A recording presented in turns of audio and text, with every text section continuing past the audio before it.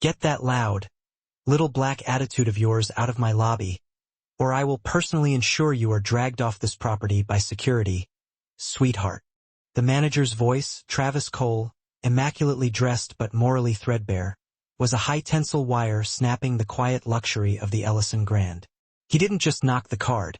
He smacked the glossy black titanium credit card out of Dr. Maya Ellison's grip.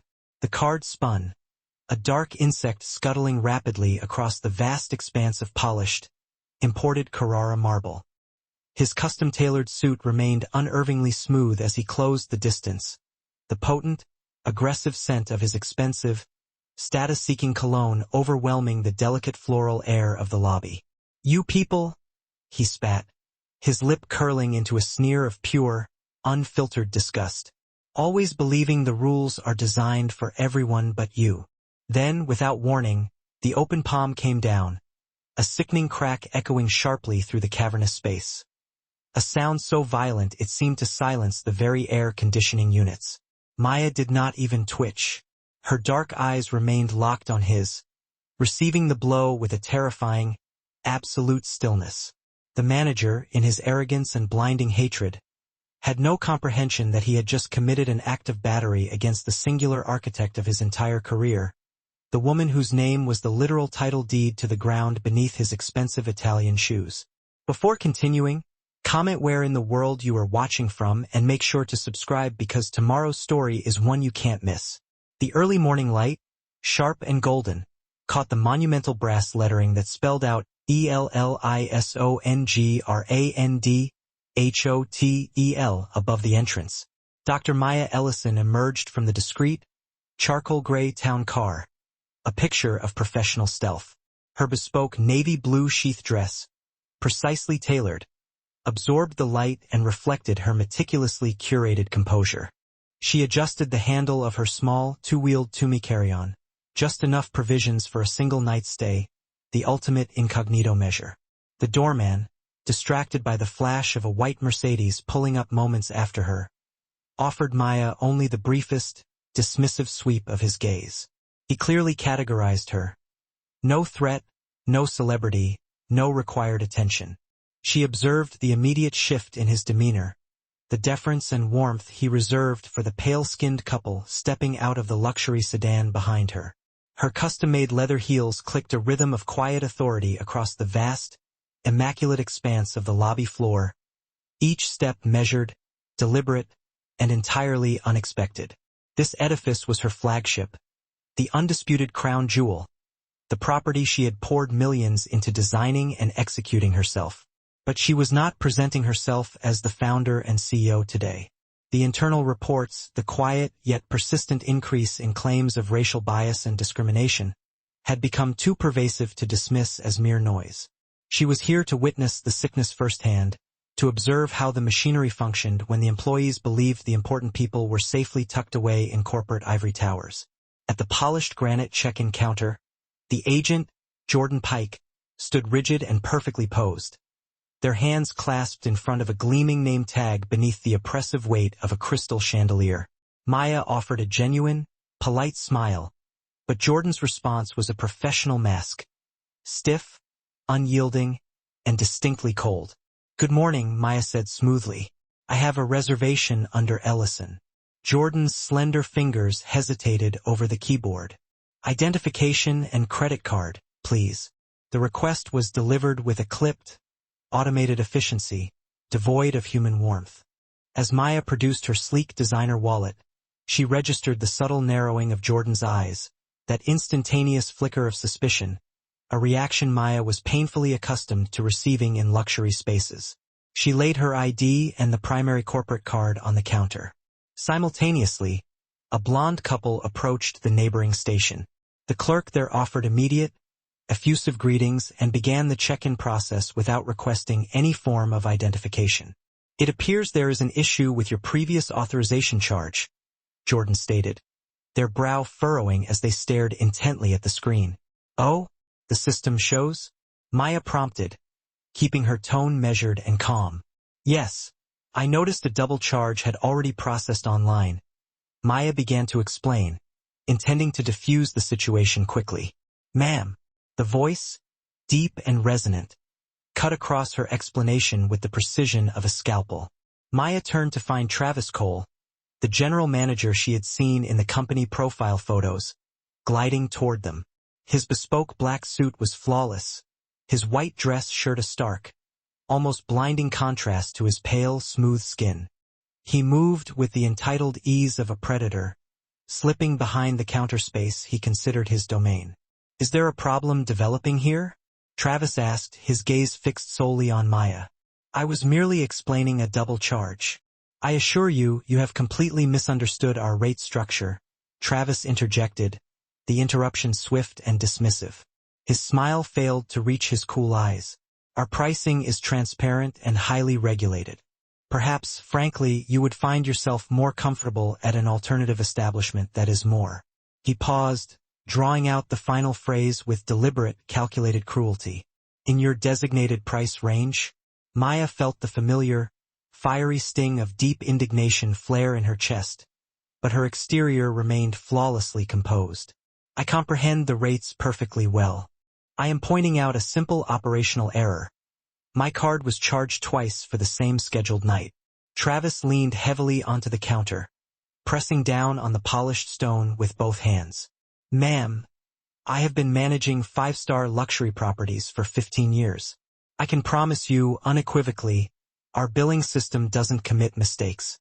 His voice was low, saturated with thinly veiled condescension, designed to make her feel small. "Now, if you would like to begin the process again with a new reservation at our published standard rate."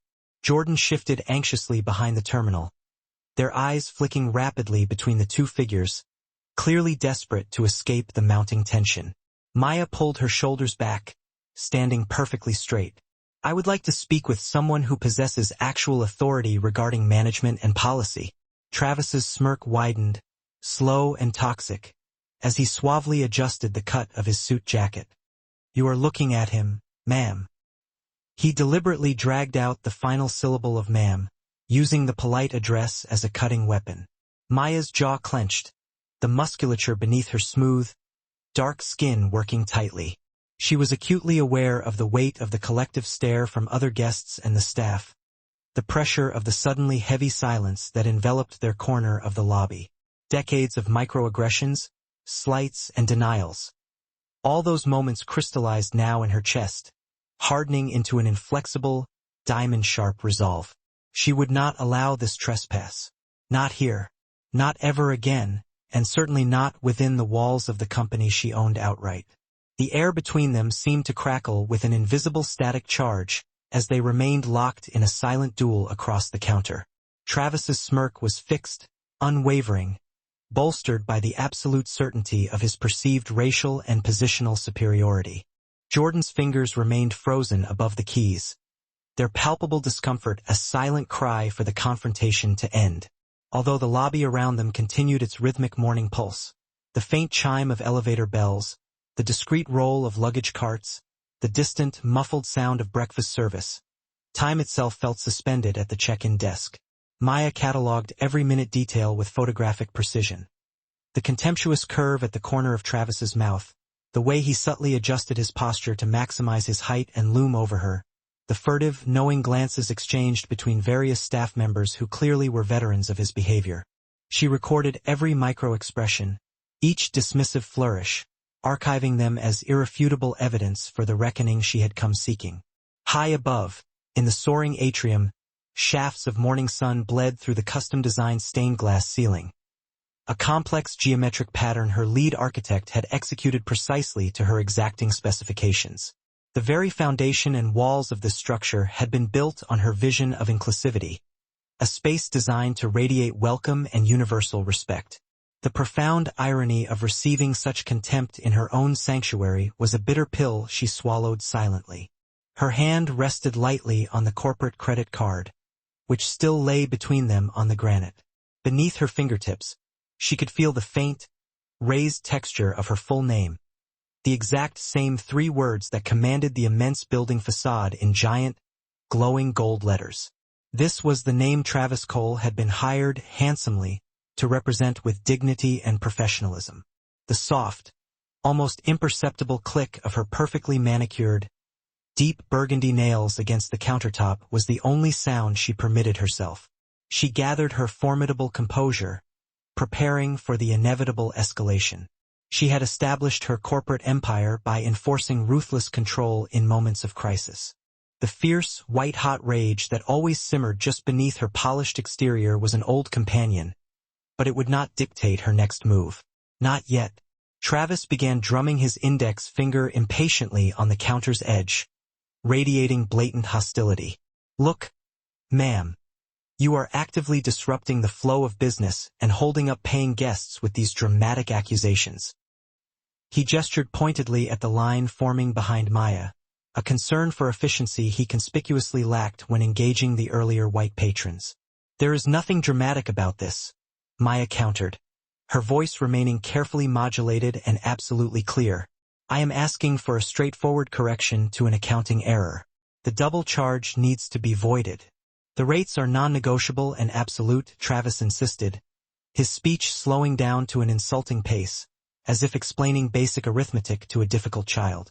"If our premium pricing structure is ultimately outside your ability to afford, I can happily recommend several alternative establishments nearby." His lips stretched into a mockery of a helpful smile that only Maya recognized as pure, unadulterated contempt. A young mother pushing a double stroller hurried past, her gaze darting anxiously toward the confrontation.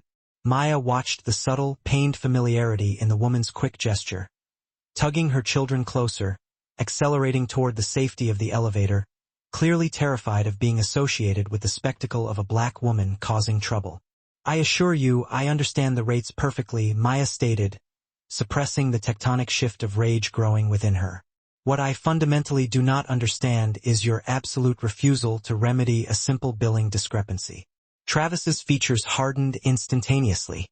"We do not generate errors here, and we possess very specific protocols for handling problem guests who attempt to manipulate or scam our system."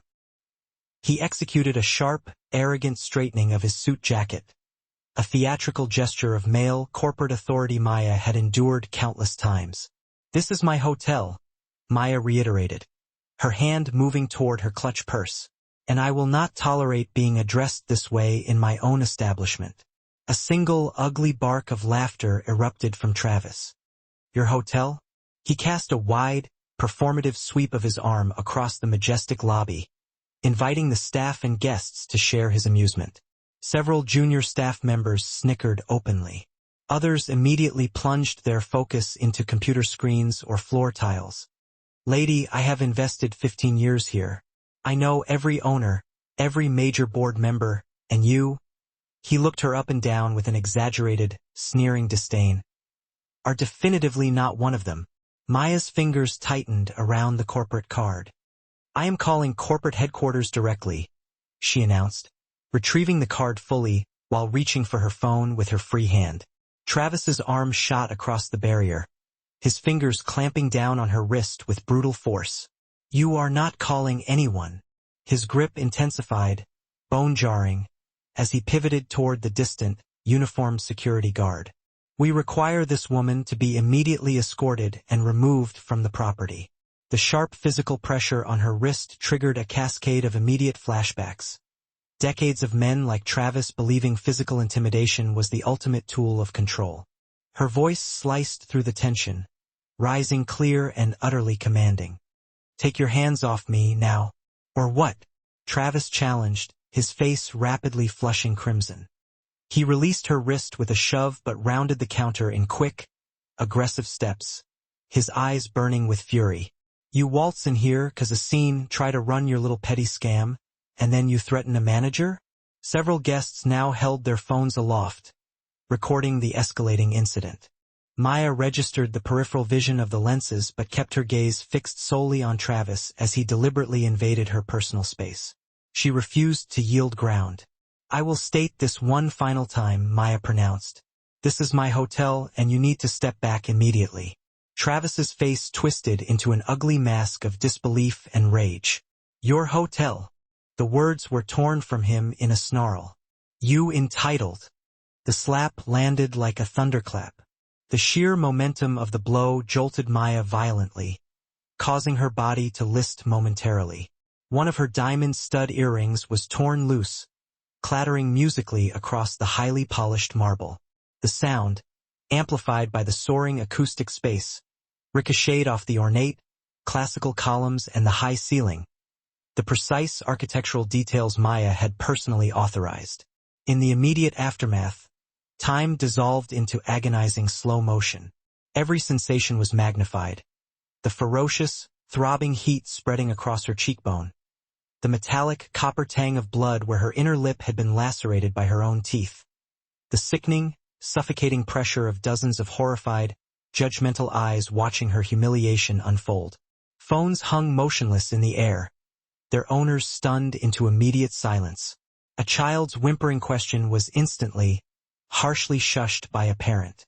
Near the perimeter of the concierge desk, Gloria Watkins, the revered head housekeeper, a woman who had clocked decades in Ellison's service, half rose from her chair. Her eyes, wide with sudden, dreadful recognition and visceral horror, were fixed on Maya. Maya's designer heels found solid purchase on the imported marble floor installed during the last major renovation just 2 years prior. She slowly, deliberately straightened her spine, her tailored navy dress settling smoothly around her.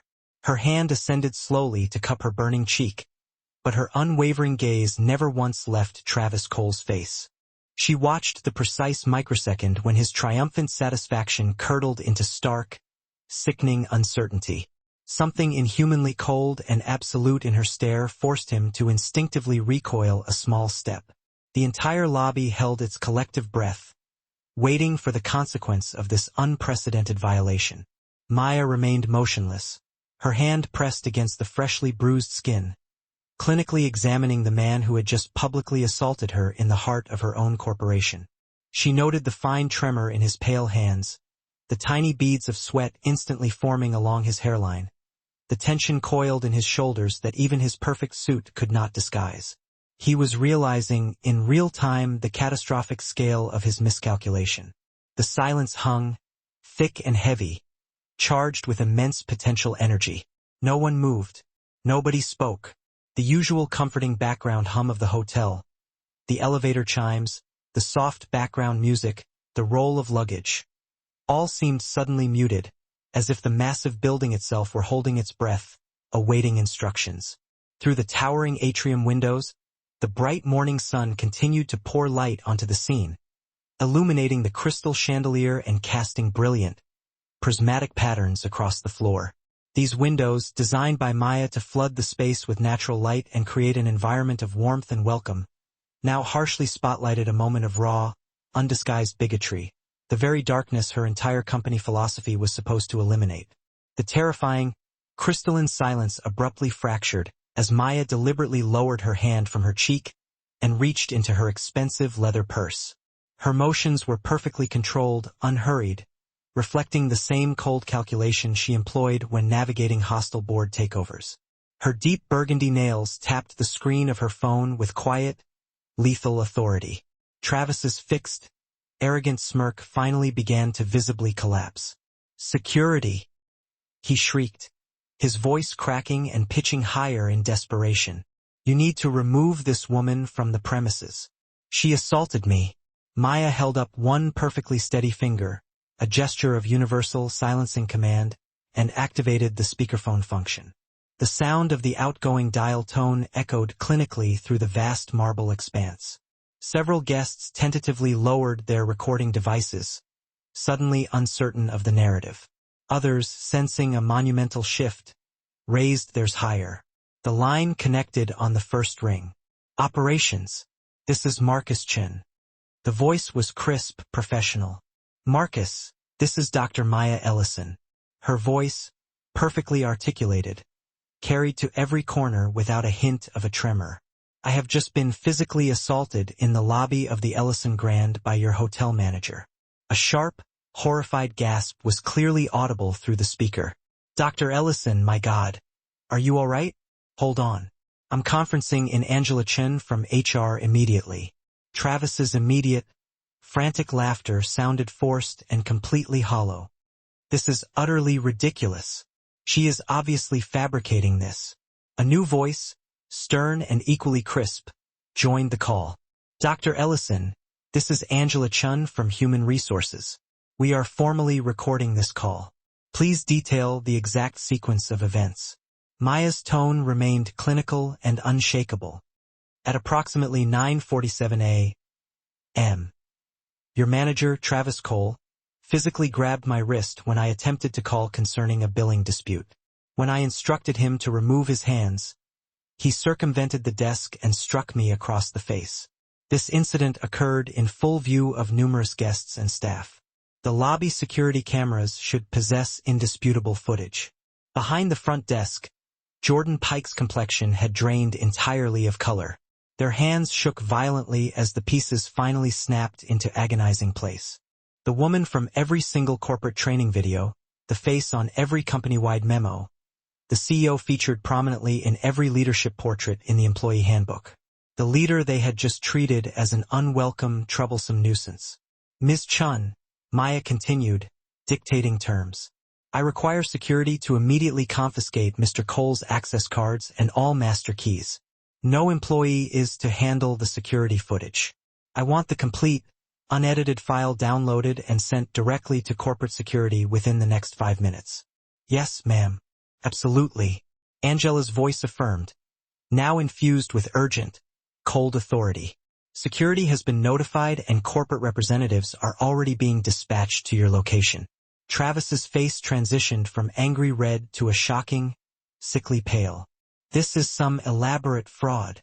I have never seen this woman in my entire life. She simply cannot be Dr. Ellison. A quiet voice cut through his protests. Gloria Watkins stepped forward from near the concierge desk.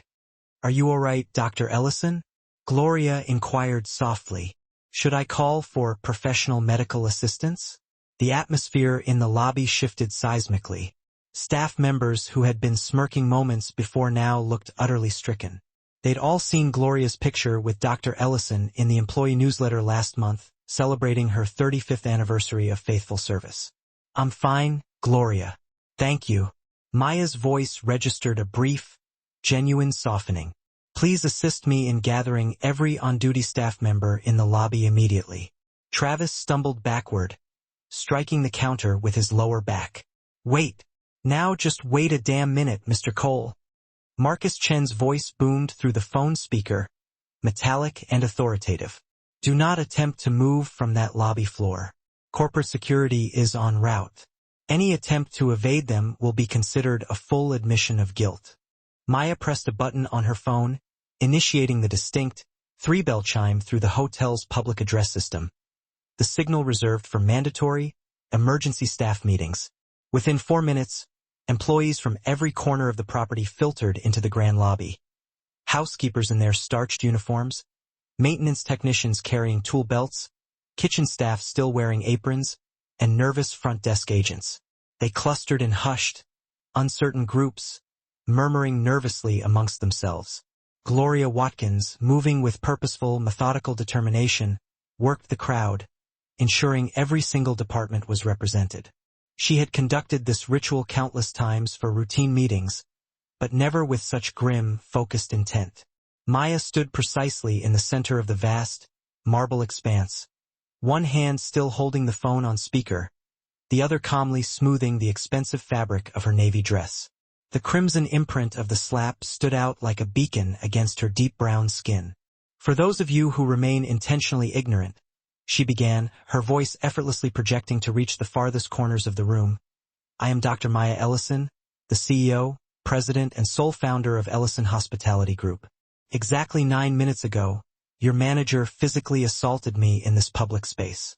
This, however, is not an isolated incident. She scanned the faces gathered before her. Some employees immediately dropped their eyes. Others stared back with poorly concealed defiance. But a significant minority, mostly older staff members and staff of color, nodded slowly, a deep, weary acknowledgement of the truth. Over the last calendar year, Maya continued, her tone accusatory, we have received 37 documented internal complaints detailing systemic discriminatory and racially biased treatment at this specific property. These complaints were systematically suppressed, dismissed, or actively ignored by local leadership. Her gaze returned to Travis, who was attempting to fuse himself into the front counter, his posture entirely defeated.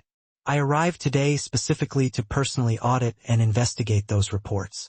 I confess, I did not anticipate such immediate and utterly egregious confirmation of the disease. She lifted her phone slightly. Angela, please formally note the time. Effective immediately, I am enacting an emergency shutdown of the Ellison Grand Hotel for a full cultural and conduct review. Her voice hardened further, taking on the unforgiving edge of steel. Furthermore, every single member of the current on-duty staff is terminated, effective immediately. A wave of gasps and horrified protests erupted from the clustered employees. Someone in the back shouted, "You have no legal right to do that. I can, and I am." Maya cut through the sudden chaos effortlessly. Human resources will be in contact only with those individuals found to be non-complicit in the toxic culture of discrimination and suppression. For some, this may permit a second chance elsewhere within the group. For the vast majority of you, this is your final day in my house. Travis finally managed to articulate a response. This is illegal. My family's lawyers will initiate. Your family's lawyers?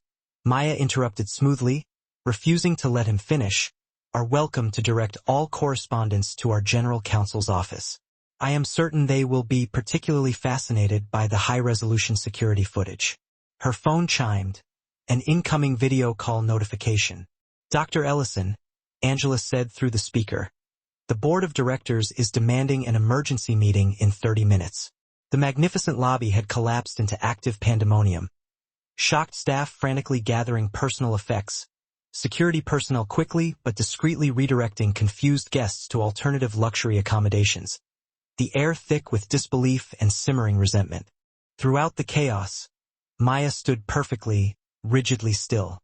The powerful morning sunlight, filtering through the soaring, custom-designed windows, framed her figure, transforming her into a stark, living statue of implacable justice. Maya was seated upright in the hotel's small, designated executive conference room, pressing a frosty bottle of imported spring water against her throbbing cheek. The room now felt unusually sterile, imbued with a tense, unnatural emptiness. Through the sheer glass walls, she could see Gloria Watkins standing sentinel in the hallway, her posture as stiff and unwavering as it had been during her decades of dedicated service. The sleek monitor mounted on the conference wall displayed the grim corporate Zoom waiting room. Maya's personal laptop lay open beside it, showing 12 separate thumbnail views of the lobby incident captured from every possible camera angle.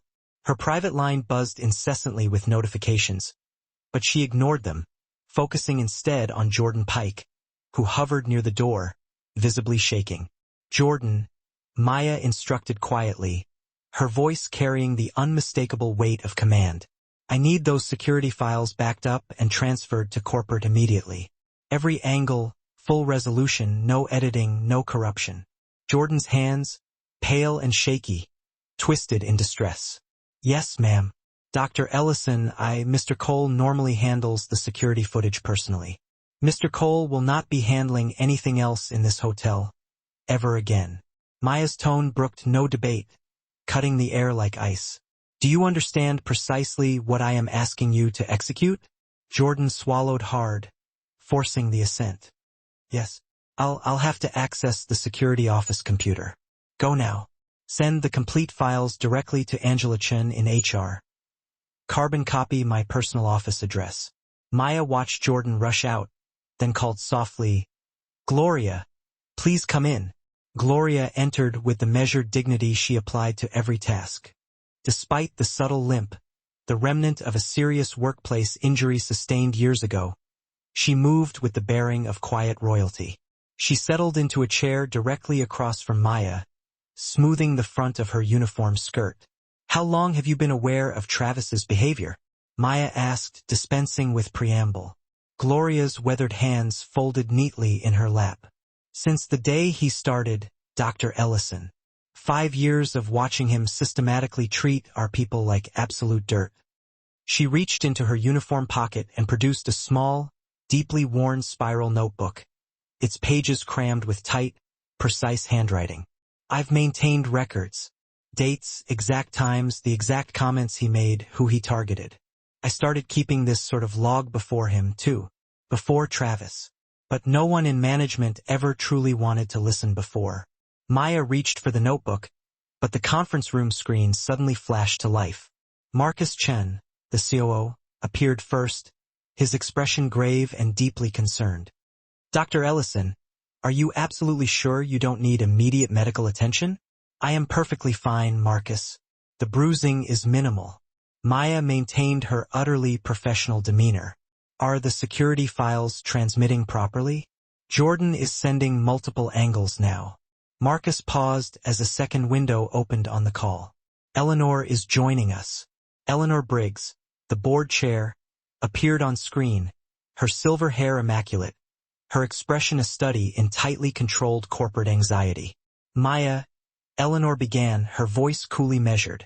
I must first state that any physical assault is completely unacceptable. The board will not tolerate violence against any employee, much less our CEO. Maya registered the careful, defensive wording. Thank you, Eleanor. I trust you've been briefed on the extensive immediate actions I have taken? Yes, and about that, Eleanor said, her practiced corporate smile tightening like a vice. While we completely understand the emotional nature of your reaction, there are considerable concerns regarding the optics of terminating an entire property staff without due process. The operational disruption alone. The optics, Maya repeated, her voice dangerously soft, of addressing this kind of systemic rot. Systematic discrimination.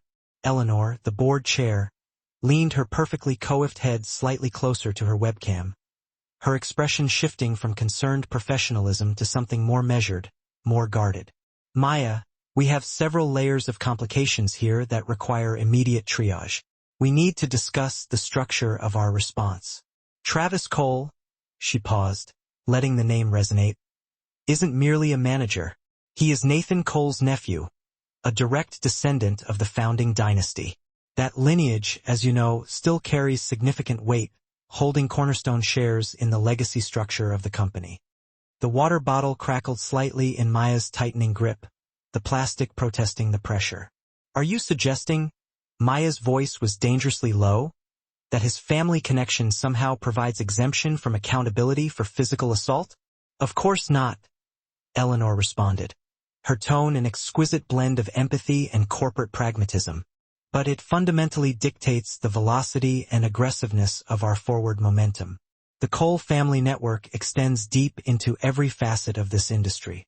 They are already engaging other board members, initiating discussions regarding, and I quote their legal counsel, rash actions and potential misunderstandings concerning the management structure. Gloria's sharp, involuntary intake of breath, a tiny, audible hitch of air, was abrupt enough to pull Eleanor's focus away from Maya's center screen. Oh, Gloria! Eleanor's tone instantly thawed, becoming cloyingly warm and conspicuously patronizing. I didn't realize you were still on the line. Perhaps this sensitive operational review would be best continued in a more private setting. Gloria stays, Maya stated, cutting through Eleanor's suggestion with the finality of a gavel drop. She represents decades of documented complaints that were systematically erased from the official record. Haven't you, Gloria? Gloria lifted her chin, meeting the camera lens with unwavering focus.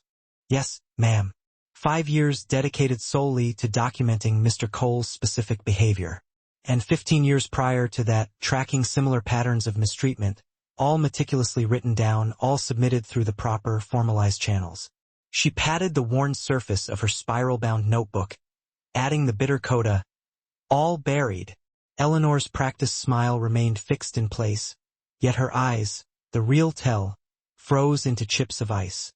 Historical grievances, she corrected coolly, must be processed through established protocols. Our immediate, pressing concern must be focusing on the present emergency. By sunrise, the press will descend upon us like vultures. We have high-profile guests requiring sensitive relocation, vendor contracts demanding stabilization, and, critically, unions needing immediate appeasement. The press, Maya's voice was a low register, a sound that could extinguish a flame. A white male manager physically assaulted a black female CEO in her own hotel lobby. Are you truly concerned with managing that verifiable truth, or simply hiding it? Maya, Eleanor sighed dramatically, leaning back, conveying exhaustion rather than guilt. You understand this situation is inherently more nuanced than a headline. We require a dedicated window to craft a precise, appropriate response, to conduct an exhaustive review of all angles, ensuring any executive action is measured and, above all, defensible. Marcus, the CFO, who had maintained a deliberate, statuesque silence until this moment, cleared his throat, the sound amplified slightly by the microphone. The security footage is unequivocally clear, Eleanor. There is zero ambiguity regarding the sequence of events. Even so, Eleanor pressed, unwavering. We must institute a hard pause on all further unilateral actions until the full board of directors can conduct a formalized review. We will convene an emergency session tomorrow morning first thing. And the staff termination stand, Maya interrupted, her voice gaining tensile strength. The property remains closed indefinitely for comprehensive review. Maya, please. Eleanor's tone finally revealed a thread of frustration, sharpening perceptibly. We must take 24 hours to thoughtfully weigh all options. No further unilateral decisions can be executed until we achieve full alignment as a governing body. We must handle this with absolute delicacy. Maya stared intently at Eleanor's televised face. It was the same face that had offered her a brilliant, congratulatory smile at charity galas, calling her a credit to the company's progressive vision. The same face that had solemnly assured her that diversity initiatives would be rigorously prioritized. That very same face was now proposing, implicitly, that assault might be strategically overlooked for the preservation of the right founding family name. We will reconvene tomorrow morning, Maya finally conceded, a subtle retreat that felt like a tactical withdrawal. Send the meeting details directly to my office.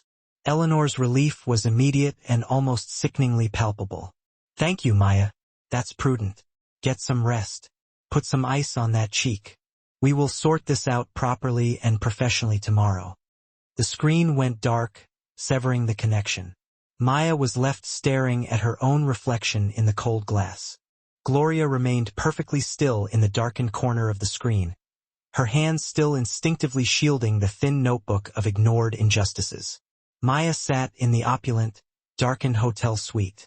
Outside the floor-to-ceiling windows, the city lights sparkled, indifferent and remote, like distant stars scattered across a black expanse. Her navy blue CEO sheath dress lay discarded over a velvet chaise lounge, replaced by a thick, soft hotel robe. The crimson mark on her cheek had begun to fade to a dull, bruised yellow, but the deep, internal sting lingered, an injury both physical and profoundly psychological. In the smothering quiet, the rapid scene of the assault replayed. Travis's sneering, entitled contempt. The shocking, sharp crack of his hand against her bone. The collective, stunned gasp that echoed through the marble lobby. Some bystanders had quickly averted their eyes, embarrassed. Others had reflexively lifted their phones to record. A handful of the long-term staff had actually smirked, registering a grim satisfaction. But Gloria had stepped forward immediately, her dignity perfectly intact, finally empowered to speak decades of quiet truth to brazen power.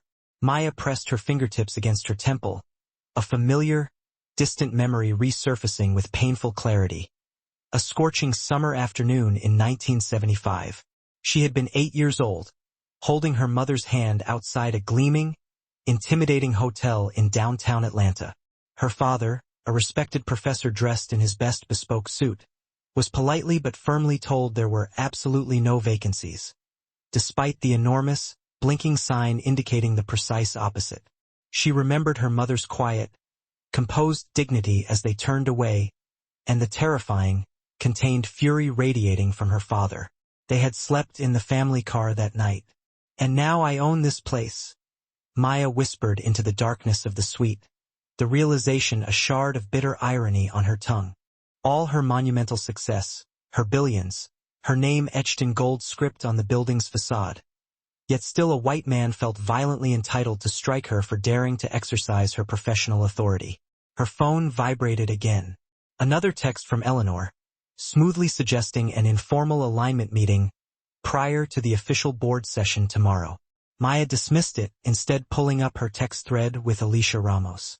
They had met as idealistic, young civil rights attorneys before Maya had pivoted into the cutthroat world of corporate business. Alicia, however, had remained in the trenches, fiercely litigating discrimination cases. Need you tomorrow morning, 7 a.m. Maya typed, "My place is much worse than we thought." Alicia's response was instantaneous, efficient. "I saw the video, already pulling initial records. We are going to war." Maya opened her laptop and logged into the corporate compliance system. As the current CEO, she had absolute, unrestricted access to every single complaint filed across the entire hotel chain's global portfolio. She began filtering the data specifically for the Ellison Grand flagship property, and her stomach clenched painfully. The sheer volume of the numbers was staggering, immediately indicating not isolated incidents, but chronic institutional sickness. Incident reports, coded and minimized, piled up. Black guests consistently asked to prepay when no similar requirement was enforced for others. Random, intrusive room inspections targeting specific ethnic demographics. A disturbing spike in complaints specifically detailing Travis Cole's condescending behavior, inappropriate racial commentary, and selective, biased enforcement of minor policies. Most of these documented grievances had been officially marked resolved, with an accompanying note of minimal action required. A small cluster carried tiny settlement figures, quietly absorbed and buried under the generic header of miscellaneous operational expenses. One specific report snagged Maya's eye, halting her scroll. A formal complaint regarding a black family's wedding reception where Travis had personally summoned security over unsubstantiated noise complaints, despite the volume being well within normal decibel parameters. The bride's mother had written a meticulous, heart-wrenching account. "We saved for years for this single day. Your manager deliberately made us feel like we were criminals celebrating in our own contracted space." Maya's vision blurred momentarily with a sudden, overwhelming wave of protective rage. She blinked away the tears, forcing herself to continue scrolling. Housekeeping staff documented hostile work environments.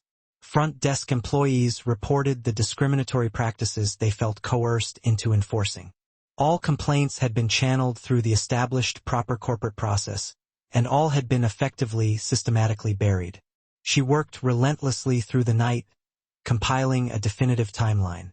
By dawn, the antique mahogany coffee table in her suite was completely obscured by printouts, notes, and color-coded tabs. She showered, dressed meticulously in a crisp charcoal suit, and waited, a calm center in the brewing storm, for the board meeting to commence. At 8 a.m. sharp, her laptop screen flickered, filling with the familiar, expectant faces of the board. Eleanor was positioned precisely in the center, flanked by key allies. Most wore carefully calibrated expressions of practiced neutrality. "Good morning," Eleanor began, her voice modulated, perfectly diplomatic. "We are convened to discuss yesterday's unfortunate incident and, crucially, to chart a path forward that judiciously protects all stakeholders." Maya noted the deliberate lexical choice. Not addresses assault or ensures justice, but protects stakeholders. Eleanor continued, sounding like a seasoned ambassador. "We have received numerous concerning calls this morning. The Cole family, specifically, has articulated significant concerns regarding the speed of the immediate operational handling. They are suggesting possible legal recourse over the swift staff terminations." Legal action? Maya's voice was utterly still, dangerously quiet. "Over consequences for documented physical assault?" Eleanor sighed patiently, as if addressing a highly emotional child. "This, Maya, is precisely the reactive, emotional response we must rigorously avoid. The family is claiming Travis genuinely felt threatened. They are successfully painting this as a minor misunderstanding that tragically spiraled out of control." Other board members shifted uneasily in their seats as Eleanor pressed the point with practiced authority. Given the extreme sensitivity of the situation, and considering the Cole family's foundational historical importance to our corporate identity, it might be most prudent if you were to step back temporarily, a brief administrative leave, just until we can complete this thorough, unbiased review. Step back, Maya repeated flatly, letting the two words hang in the high-stakes air. From the company I personally conceived and built. No one is questioning your profound contributions, Eleanor assured her smoothly, almost patronizingly. But we must consider the broader macro implications. The Cole family's influence penetrates every layer of this industry. Their chosen narrative is already circulating in high-level circles. They are currently framing this entire event as a massive overreaction. A powerful CEO vindicatively firing an entire staff complement over a personal, professional dispute. Maya studied the faces of the other board members. Some meticulously avoided her gaze. Others displayed brief, flickering signs of discomfort, but every single one remained meticulously silent. The system was performing its core function, protecting itself. We must proceed with extreme caution, Eleanor concluded, delivering the final mandate. Perhaps a mutual cooling-off period would best serve the corporate interest. We can jointly issue a press statement about taking time to formally review protocols. The remainder of the meeting proceeded, filled with the careful corporate language that expertly masked the uglier implicit power dynamics. No firm decisions were reached. No real, meaningful action was committed to. Only the subtle, suffocating pressure to retract, to allow the crisis to dissipate, to rigorously protect the status quo. Later that morning, Maya sat at the polished granite counter of her home kitchen, slowly stirring honey into a cup of tea she had no intention of drinking. The morning light caught the delicate rim of the bone china cup, a precise replica of one her mother had always admired but could never financially afford to purchase. She thought of Gloria's thick notebook, overflowing with ignored complaints, of the hotel staff who had registered satisfaction at her momentary humiliation, of Eleanor's perfectly practiced, diplomatic tone, which was nothing more than a polished veneer over institutional rot. This was never about one slap, she finally murmured, setting down the spoon with a small clink. They aren't just protecting a person. They are rigorously protecting the entire system. Maya rose, retrieved her coat, and pushed through the heavy glass doors of Alicia Ramos's law office, the sleek navy of her suit partially hidden under a light spring trench coat. The early morning sun cast long, dramatic shadows across the polished concrete floor of the reception area. Clutched tightly under her arm was a manila folder, already bulging with preliminary documents. Filtered complaint records, staff reports, and the notes she'd taken from yesterday's board evasion. Alicia stood waiting, arms crossed, her dark eyes already blazing with the quiet heat of controlled, professional anger. She had already viewed the grainy, shaky video clips that were beginning to circulate online. "In your own damn lobby," she said, pulling Maya into a brief, fierce embrace. "Now tell me how we destroy them." In Alicia's small, corner office, Maya sank into a deep leather chair while her friend closed the door and drew the heavy blinds. For a long moment, neither woman spoke. The cumulative weight of decades fighting nearly identical battles for justice hung silently between them. "Start from the beginning," Alicia finally instructed, legal pad and pen ready. Every single detail. Maya described the front desk confrontation, Travis's escalating aggression, the sudden, shocking physical impact. She methodically outlined her immediate 9-minute response. The mass firing, securing the footage, alerting corporate legal. Her voice remained cool and steady, until she arrived at Eleanor's carefully coded suggestions of administrative leave. "The board chair actually told you to step aside," Alicia confirmed, her pen pressing so hard it visibly indented the paper beneath. "After you were physically assaulted on camera." Eleanor's exact words were, "cooling off period," Maya confirmed. She is demonstrably more worried about the Cole family's financial distress than she is about employee safety or civil rights violations. Alicia stood up and began pacing the restricted space of her office. "This is perfect. Actually, their response is the most valuable piece of evidence. One racist manager is merely bad behavior. but a sitting board that actively mobilizes to protect him? That is incontrovertible proof of systemic rot. That is the pattern we can legally dismantle. She whirled around. We need to launch a full-scale internal civil rights investigation. Not just focused on this one incident. We pull everything. I've started pulling records, Maya said, opening her overflowing folder. Complaints, incident reports, HR files. Most were minimized or officially dismissed, but the digital paper trail is intact. Good, but we require a deep human component, Alicia said, grabbing a whiteboard marker. Current and former employees who will testify under oath. Guests who experienced clear discrimination, comprehensive security footage, internal communications. We need the totality. She began rapidly mapping out investigation tracks on the board. The slap is our catalyst, but we are building a Title VII class action case. Maya nodded decisively. I'm meeting Gloria, our head housekeeper, this afternoon. She's been with the property for over 30 years. She claims she has physical documentation. Perfect. She will be absolutely crucial, Alicia underlined. Long-term employees who witnessed the toxic culture firsthand are pure gold. She wrote Gloria on the board in massive capital letters. What about other staff? Any potential whistleblowers? Maybe Jordan, the front desk clerk. They seemed genuinely uncomfortable with what transpired. Maya rubbed her temple, already calculating the risks. But they're young, likely terrified of losing their career. We'll get there. Focus on Gloria first. Alicia paused, scrutinizing her friend. You know they are going to fight us dirty. The Cole family, the board, they will try to paint you as the aggressive instigator. Let them try, Maya said quietly, her resolve hardening. I have spent my entire adult life building safe spaces for people who look like me. I will not let their entitlement take that away. Later that afternoon, Maya sat across the desk in Gloria's small, cramped housekeeping office, the space smelling sharply of lemon polish and powerful industrial detergent. Gloria moved carefully, favoring her left leg, an old, chronic injury sustained from years of demanding physical labor. Been keeping these since '89, Gloria said simply, pulling 3 worn, thick notebooks from a locked metal drawer beneath her desk. I thought maybe, just maybe, someday somebody in charge would actually care enough to look. Maya opened the first book. Page after page of meticulous, careful handwriting documented dates, specific names, and detailed incidents. A white manager calling a black bellhop boy in 1992.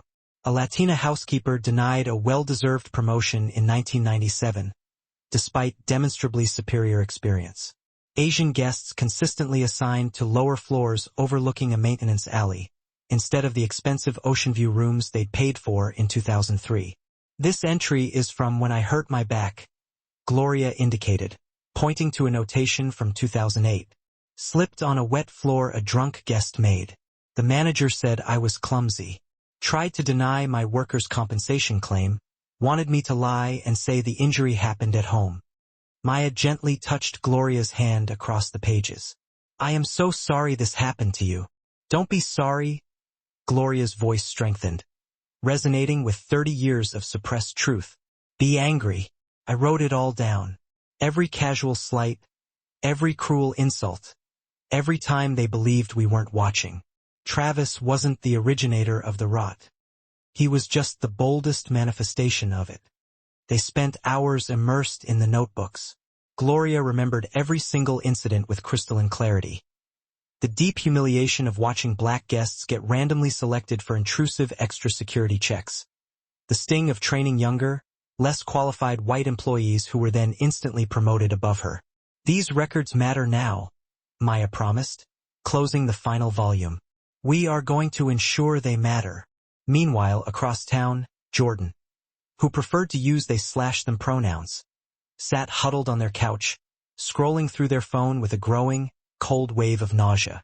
The staff group chat had explosively celebrated since yesterday's mass firing. Messages praised Travis Cole as a conquering hero for standing up to Maya. Someone had circulated a doctored video clip, showing only Maya's stern firing announcement, meticulously edited to remove all context of the preceding assault. Others shared vicious memes mocking her appearance and suggesting she had played the race card to avoid accountability. Jordan's thumb hovered over a particularly vicious thread where Travis himself had actually joined the conversation, bragging about putting that woman in her place. This was the same Travis who had trained Jordan, who had maintained such a facade of smooth professionalism. The notifications kept buzzing. More racist jokes, more overt celebration of violence, more explicit plans to collectively paint Maya as the corporate villain.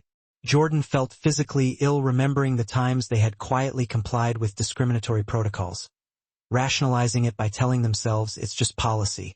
Opening a new encrypted email client, Jordan typed Alicia Ramos's address, which they had found earlier through a rapid, frantic search of high-profile civil rights attorneys. They possessed evidence.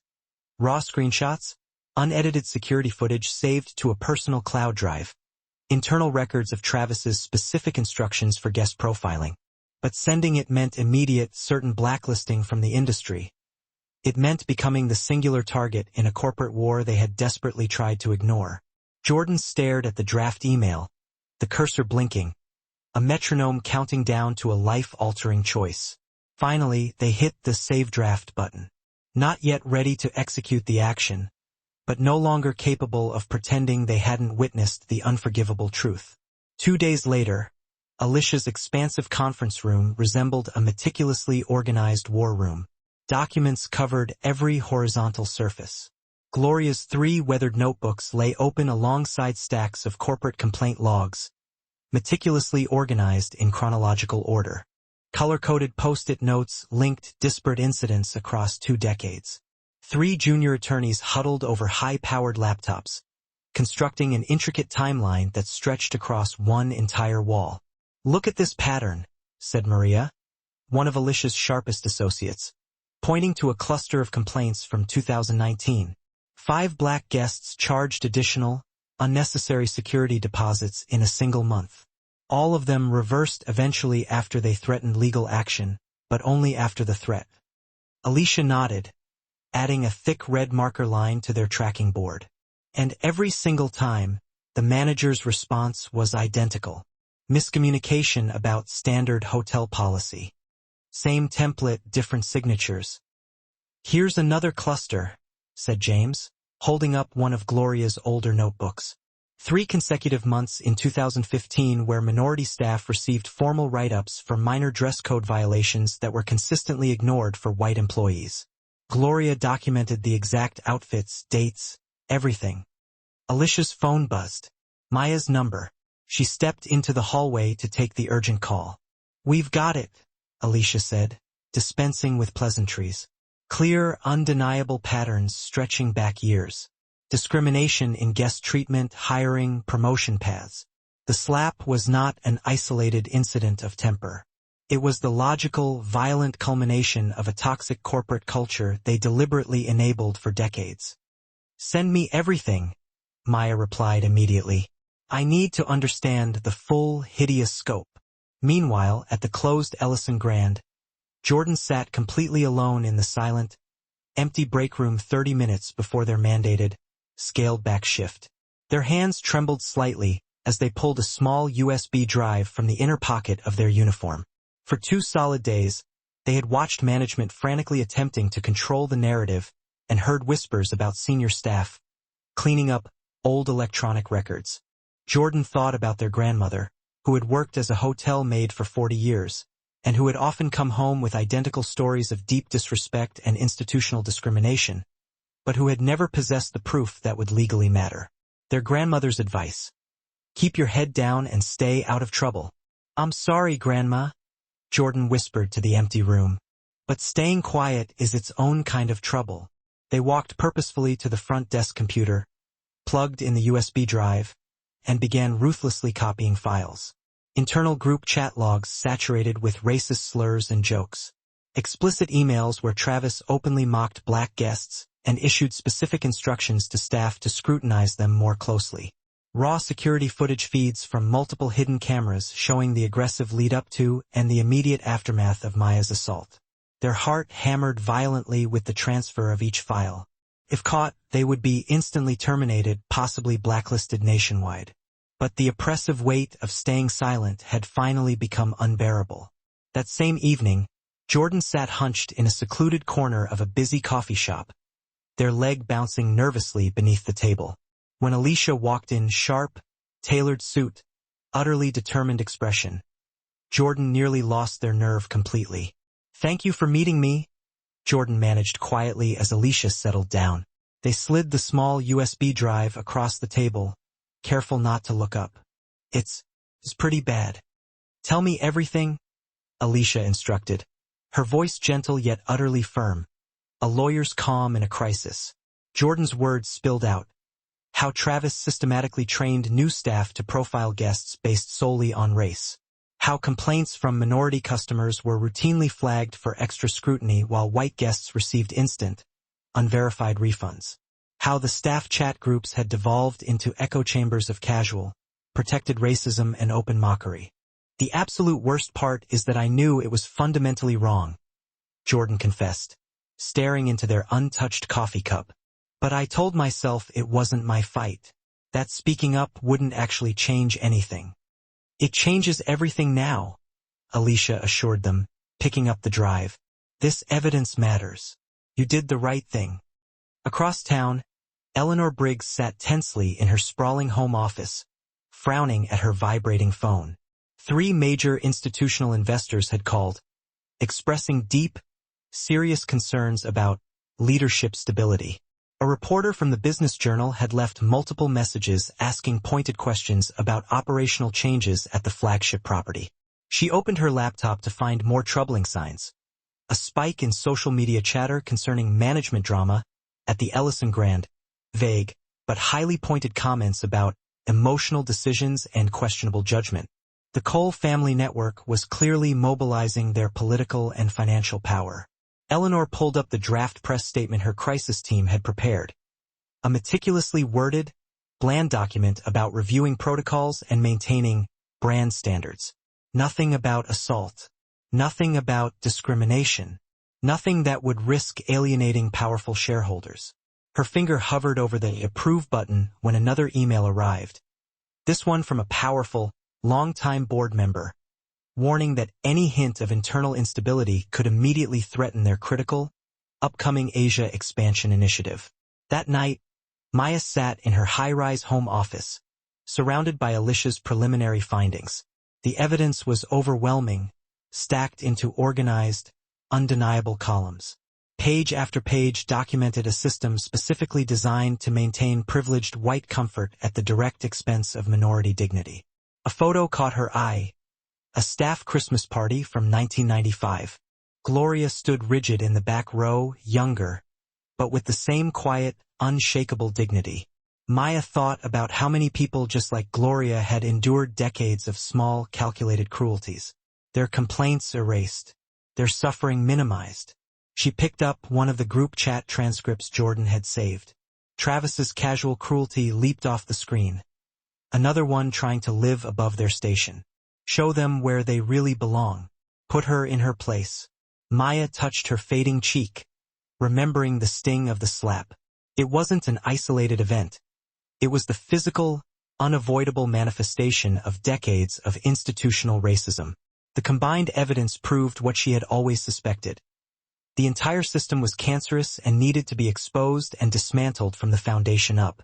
Her phone flashed with texts from Eleanor, urging caution, suggesting private meetings with key shareholders to manage expectations. Maya let them go unanswered.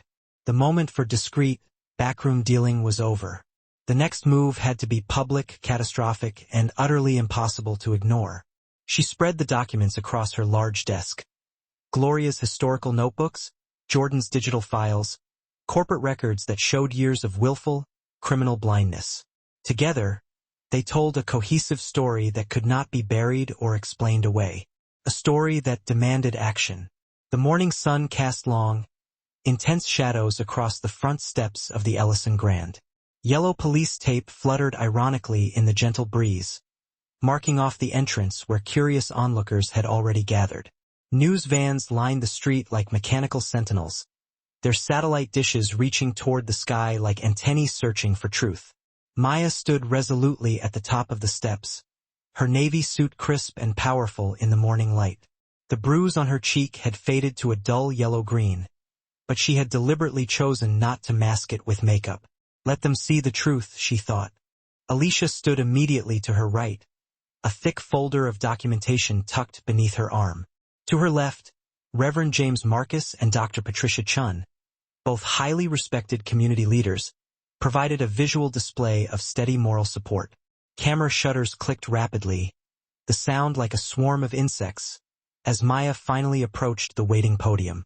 She took a deep breath, the smooth, expensive wood of the podium feeling cool and steady beneath her fingertips. "Good morning," she began, her voice ringing out clearly across the packed conference room, every syllable calibrated and measured. 3 days ago, I was physically assaulted in the lobby of this hotel.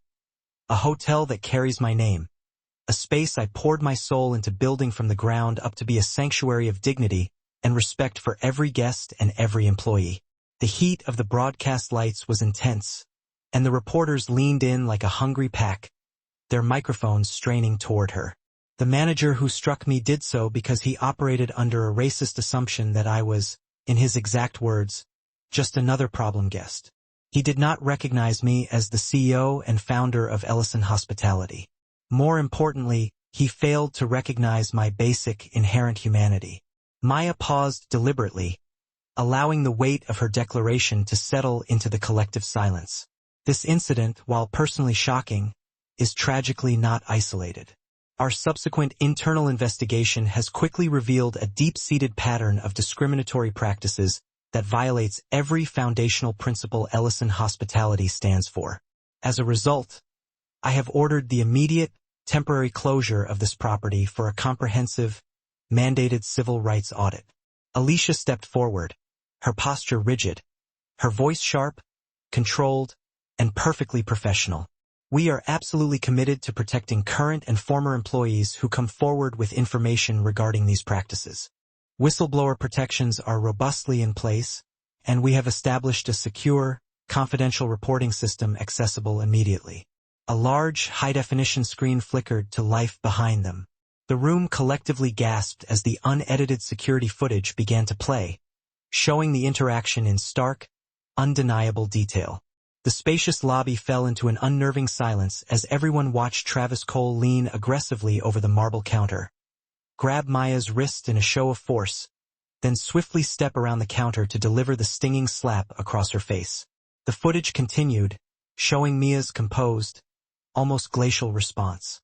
There was no screaming, no chaotic retaliation, only quiet, unshakable dignity maintained in the immediate aftermath of a violent assault. "Questions?" Maya asked, stepping forward again the moment the final frame disappeared. "Miss Ellison, there are claims circulating that this was a gross overreaction to a simple misunderstanding." One reporter yelled out, his voice sharp with skepticism. "Dr. Ellison," Alicia corrected him firmly, her eyes fixed on him, and the footage speaks for itself. This was a physical assault preceded by documented discriminatory behavior that the company was aware of. Another reporter raised her hand, her expression serious. "What about the hundreds of employees who lost their jobs? Isn't closing the hotel and firing the staff an extreme and punitive response?" "We are reviewing each case with meticulous care and individually," Maya replied, her tone unruffled. "Those employees who were not complicit in discriminatory practices will be welcomed back as soon as the audit is complete. Those who participated in, enabled, or witnessed and failed to report abuse will not return." The relentless volley of questions continued for 20 intense minutes. Maya answered each one with calm, surgical precision, never once raising her voice, never letting the deep, simmering anger that still burned beneath her surface show through. After the press conference concluded, Maya and Alicia slipped away, meeting Gloria in a small, out-of-the-way coffee shop 3 blocks distant from the media circus. The elderly housekeeper carried a large, worn manila envelope, her hands trembling slightly not from fear, but from the immense relief and finality as she placed it on the small wooden table. "I started recording meetings 5 years ago," Gloria explained, her voice dropping to a confidential, low murmur. After they promoted Travis, despite multiple documented complaints against him, I knew deep down that nobody would ever believe just my word against the system. She reached into the envelope and pulled out a tiny, silver digital recorder and several labeled USB drives. Staff meetings, department heads openly discussing how to handle problem guests. Travis specifically giving instructions about who to watch extra careful, and why. Her tired eyes met Maya's, filled with the weight of decades. But this, she whispered, withdrawing a faded, crinkled memo dated 2019. This is the worst part. The paper was fragile, creased and worn from being folded and unfolded countless times over the years. The previous general manager, Mr. Richardson, he sent this directly to corporate, warning them explicitly about the racist practices and detailing Travis's behavior. They ignored it completely because the founding family would complain if Travis was disciplined. Alicia snatched the memo, reading the internal language, her jaw tightening to a painful point. This, Maya, proves corporate knowledge. They were explicitly informed of systemic discrimination and actively chose to do nothing. Maya reached out, touching the faded memo gently, a wave of profound sorrow washing over her. All these years, Gloria, you've been carrying this immense weight alone. Not alone anymore, Gloria replied, visibly straightening her frail shoulders, a sense of liberation clear in her eyes. That same afternoon, during a closed board session, Eleanor Briggs's usual, impeccable corporate polish finally cracked as she reviewed the accumulated evidence. The digital recordings were irrefutably damning. The ignored 2019 memo was not just misconduct. It was a devastating legal nightmare. Board members shifted uncomfortably in their high-backed leather seats, their faces pale under the fluorescent lights as Alicia outlined their potential and immediate liability. If this becomes public, one director nervously warned, the shareholders will be entitled to sue us for failing our fiduciary duty. And if we don't address it now, another countered, the impending civil rights lawsuits could, quite literally, bankrupt us entirely. Eleanor rubbed her temples, the lines of stress deep on her face. We need to get ahead of this story. We must appear to be taking decisive, immediate action. The vote was unanimous, albeit deeply reluctant. Driven by self-preservation, they would publicly support Mia's decision to close the hotel for the audit and immediately suspend Travis Cole without pay pending further internal investigation. That evening, Maya stood in the quiet sanctuary of her kitchen, slowly pouring a glass of wine.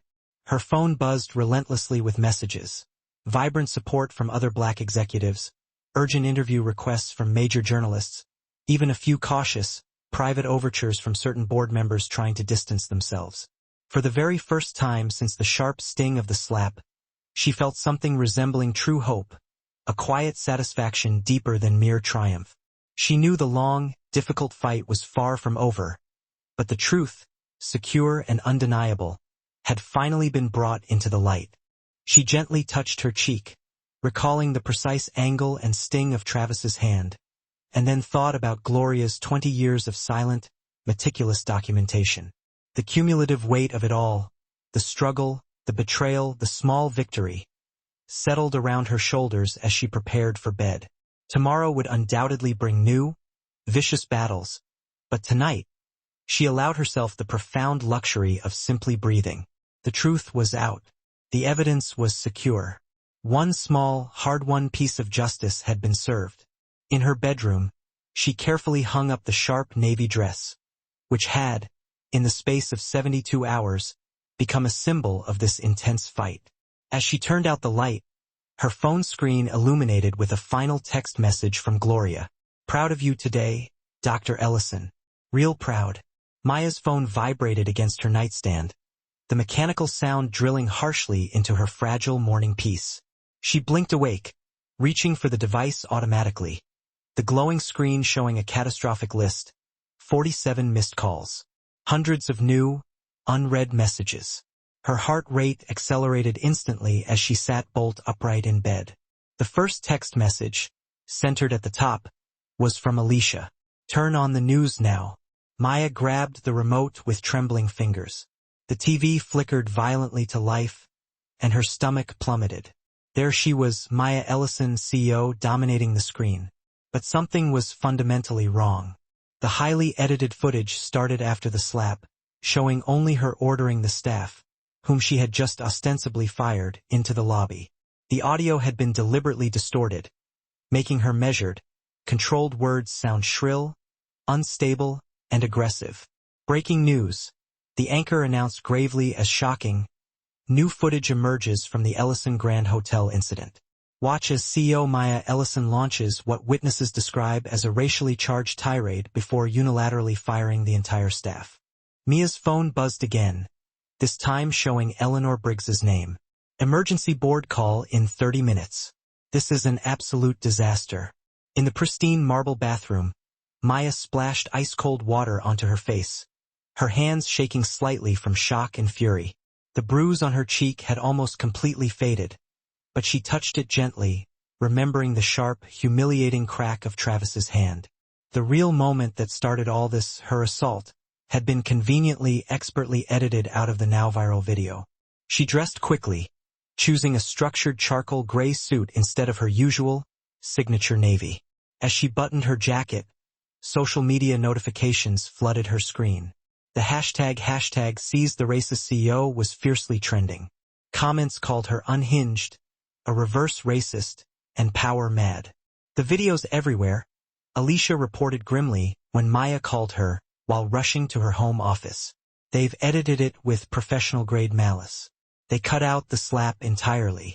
They amplified your voice to sound absolutely aggressive and unhinged.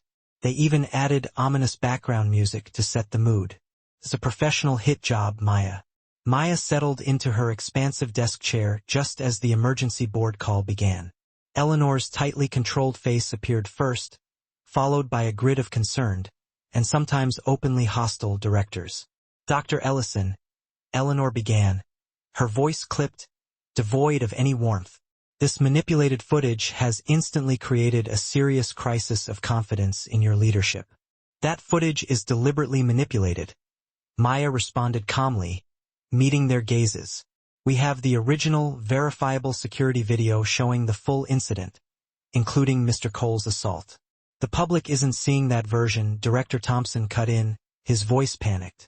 They're seeing you allegedly conducting a racially motivated mass firing. Our stock is down 12% in pre-market trading. Dr. Ellison. Several major shareholders have expressed grave, immediate concerns. They feel our initial statement supporting your actions was premature. Another director added, shaking his head slowly. Maya's personal phone vibrated silently. A text from Alicia. Found something. The video leak traces directly back to accounts connected to Travis's family. But there's more. Much more. Come to my office ASAP. The board needs to stand firm. Maya insisted to the worried, demanding faces on her screen. This viral video is a coordinated, deliberate attempt to discredit me and protect Travis Cole from the consequences of his documented actions. Perhaps, Eleanor said carefully, choosing her words with extreme precision, it would be wise to consider a temporary step back while we manage this crisis. Just until things calm down and the media cycle shifts. Maya's jaw tightened, a muscle throbbing beneath her skin. I will not step back from defending my own personal dignity or the core principles this company was built on. The call ended abruptly with nothing resolved. Maya grabbed her keys and headed straight to Alicia's office, where her friend was surrounded by towering stacks of physical documents and multiple computer screens flickering with complex data. Look at this, Alicia said without preamble, spinning her laptop screen around. These documents were buried deep within a subpoena response we got back from the corporate servers. There's been a secret negotiation happening for months now. Maya leaned in, scanning the cold, formal language of the emails and draft agreements. Her blood ran cold as she absorbed their devastating meaning. The founding family, Travis's people, they've been working in the shadows with Blackstone Capital Partners. Alicia explained, her voice low and furious. They want to sell the flagship hotel. But the hedge fund has strict conditions. They want stable, traditional leadership. They want you gone. Maya slowly sank into a chair, the full weight of the betrayal crushing her. So the slap wasn't random. It was the catalyst.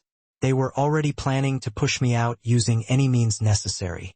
The hedge fund thinks you're too progressive, too focused on social issues and corporate responsibility instead of pure, unadulterated profit, Alicia confirmed. They want someone controllable. Maya's phone buzzed again. Her assistant's voice was strained and apologetic. Dr. Ellison, I've just received formal notice.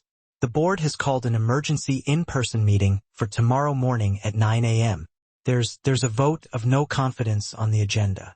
After hanging up, Maya stared out Alicia's office window at the vast city skyline. The Ellison Grand's distinctive roofline was visible in the distance, her name still gleaming in arrogant gold letters against the sky. They're really going to do it, she said quietly, her voice flat.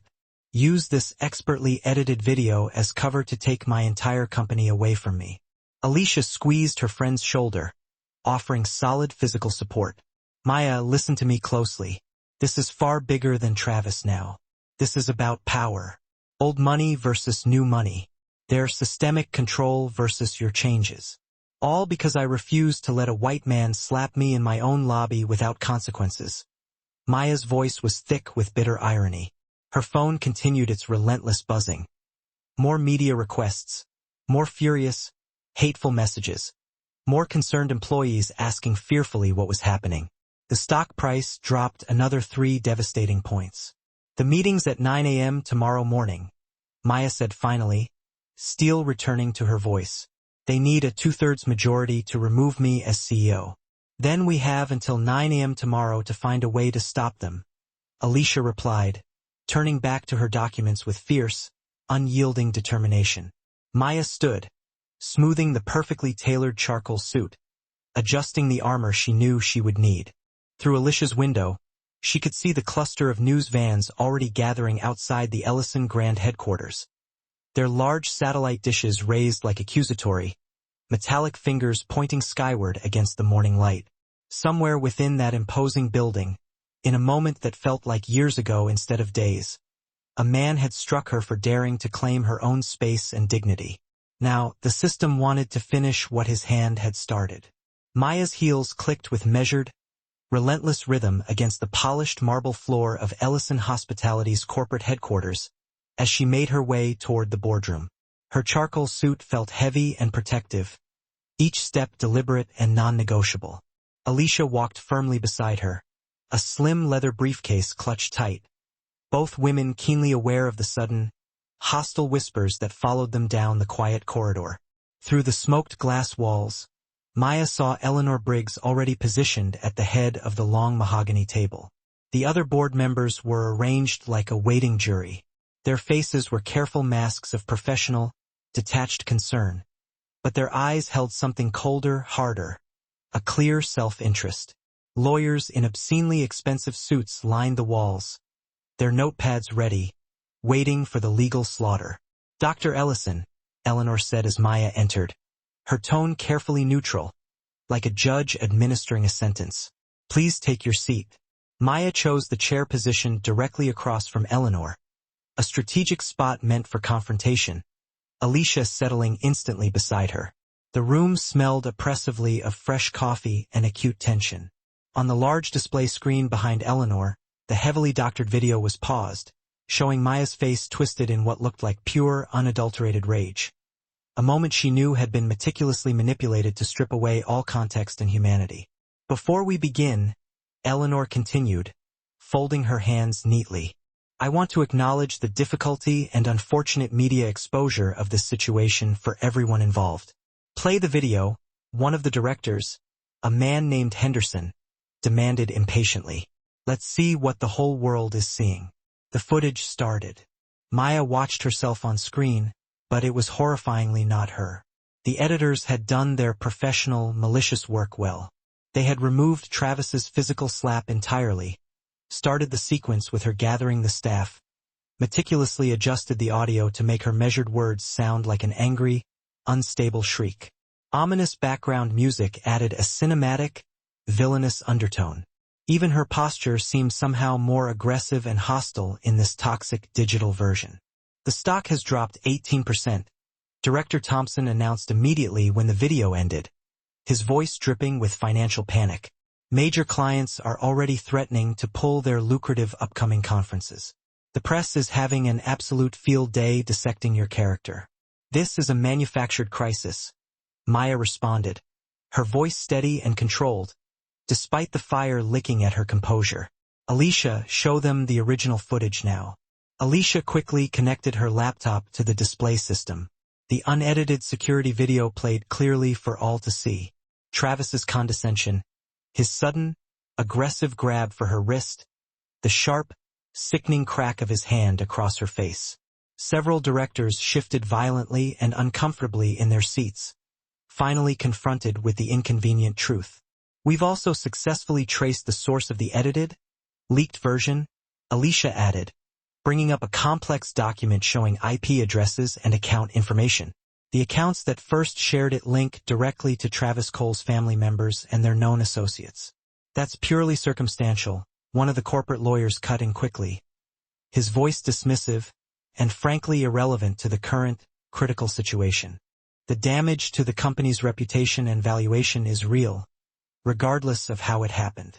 Eleanor held up a thick folder bound in maroon leather.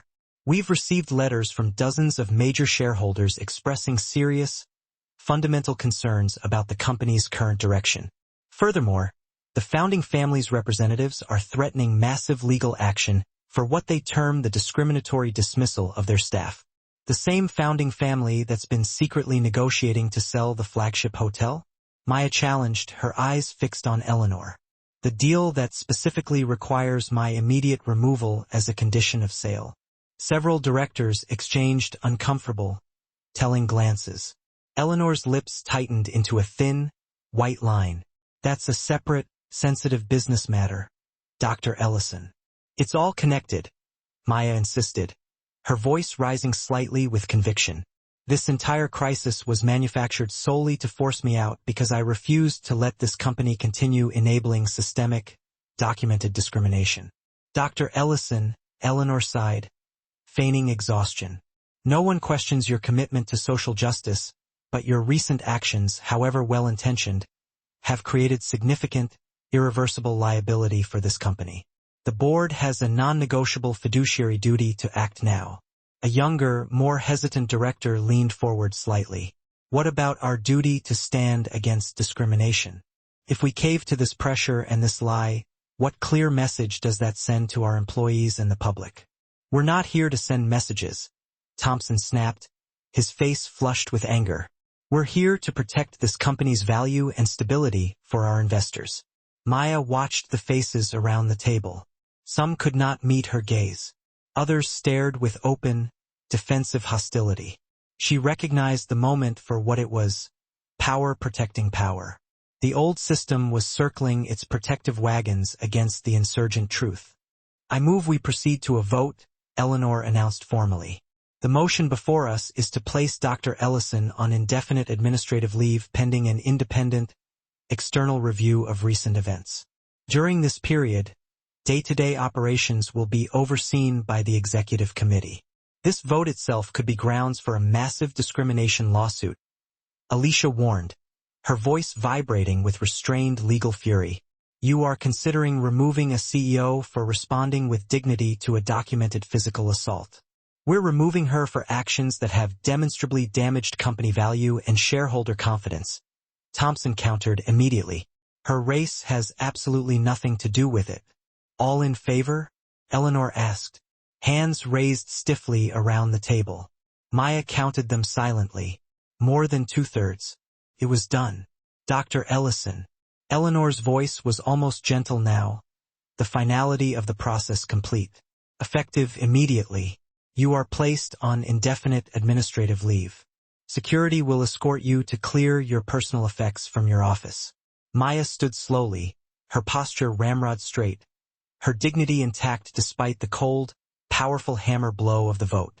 You are making a terrible mistake, not just morally but legally and financially. This company was built on principles of equality and justice. You are betraying every single thing it stands for. We'll need your company phone and laptop immediately, one of the corporate lawyers said, holding out a pale, expectant hand. 2 large, uniformed security guards appeared silently at the door. Men who normally greeted her with respect now deliberately avoided her eyes. Maya handed over her devices, the weight of the company severing instantly. She gathered her personal items into her large bag. Alicia stayed pressed close beside her, radiating protective, barely contained fury. The walk through the corporate office felt endless, a humiliating, slow-motion parade. Employees peeked anxiously over cubicle walls, ducked quickly into conference rooms to avoid witnessing the scene. Outside, reporters had already gathered, tipped off by someone inside the boardroom. Camera flashes burst violently as Maya emerged onto the pavement. "Dr. Ellison, is it true you conducted a racially motivated purge? Were you acting out of prejudice against white employees? Do you regret your volatile actions? Is this the absolute end of your career?" Maya kept walking, head held impossibly high, Alicia shielding her from the worst of the aggressive swarm. Her driver was waiting immediately, the rear door already open. Hours later, she sat utterly alone in the vast, quiet expanse of her living room, watching the endless news coverage. The doctored video played again and again and again. Commentators dissected her alleged meltdown, her volatility, her reverse racism. Everything she had meticulously built, every barrier she had proudly broken, was being swiftly rewritten into a cautionary tale about angry black women who dared to forget their place. On the screen, the manipulated version of herself fired her staff repeatedly. Each replay drove home how thoroughly and maliciously they had twisted her moment of strength and response into fabricated proof of her unfitness to lead. The bruise on her cheek had faded to a light yellow shadow, but she could still feel Travis's hand, still see his smug smirk. They had erased his violence and flawlessly engineered her measured response into the crime. Maya touched her cheek gently, an overwhelming, profound exhaustion settling into her bones. 20 years of building something that truly mattered, of creating safe, equitable spaces where her parents had found none, of proving excellence could triumph over entrenched prejudice. And it could all end like this, undone by old money protecting its own dark secrets. The city sparkled with cold indifference beyond Maya's darkened living room window, a stark, painful contrast to the hollow, aching feeling in her chest. Her navy blue suit dress hung forlornly in the closet, replaced by soft loungewear that felt dangerously close to admitting ultimate defeat. The muted TV still flickered with the occasional replay of her fabricated meltdown, but she barely registered it anymore. Her phone sat heavy and solid in her hand, dozens of missed calls and messages accumulating throughout the day. She hadn't possessed the emotional strength to face them. But now, in the quiet, reflective darkness, she pressed play on the first voicemail. "Dr. Ellison," a young voice, slightly shaky with nerves. I was there that morning in the lobby. I saw what really happened. I saw him hit you and I saw how calmly and strongly you handled it. My mom always told me to keep my head down, to not make waves. But watching you stand your ground like that," the voice cracked slightly with deep emotion, "it showed me what real dignity looks like. Please don't let them make you disappear. We need you to keep fighting." Maya's throat tightened painfully. She played the next message. "Baby, it's Gloria." The familiar voice was thick with emotion, sounding like a physical hug. "I'm so sorry this is happening. All these years I kept those records thinking maybe someday, but I never really believed justice was truly possible. Then you walked in that morning, and for the first time, I saw someone strong enough, someone powerful enough, to make them finally face what they've done. Don't let these devils win, Dr. Ellison. Whatever you need, I'm here."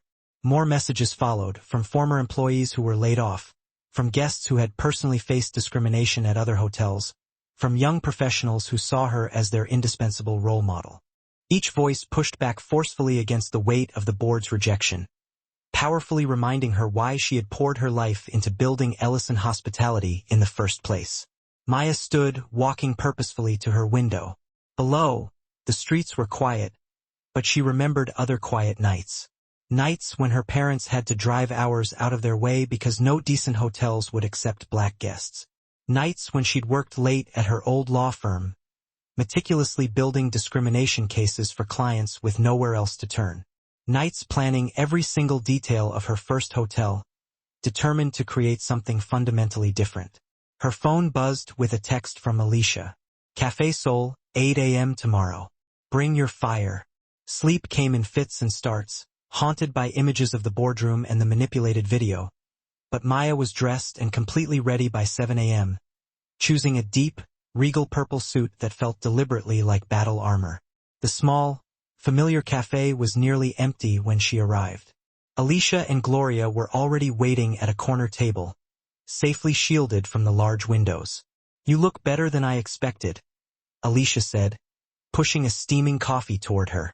Good. We need you sharp.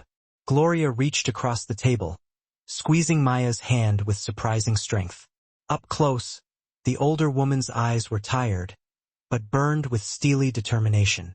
I brought everything, she murmured. Every note, every single recording, every complaint I saved. 35 years of their mess. Alicia spread file folders across the table, speaking low and fast. The full lobby video shows clear assault and discrimination. Gloria's records demonstrate decades of systematic racism that corporate knew about and willfully ignored. The timestamps on the edited video prove deliberate, malicious manipulation. But will it be enough? Maya asked, stirring her untouched coffee.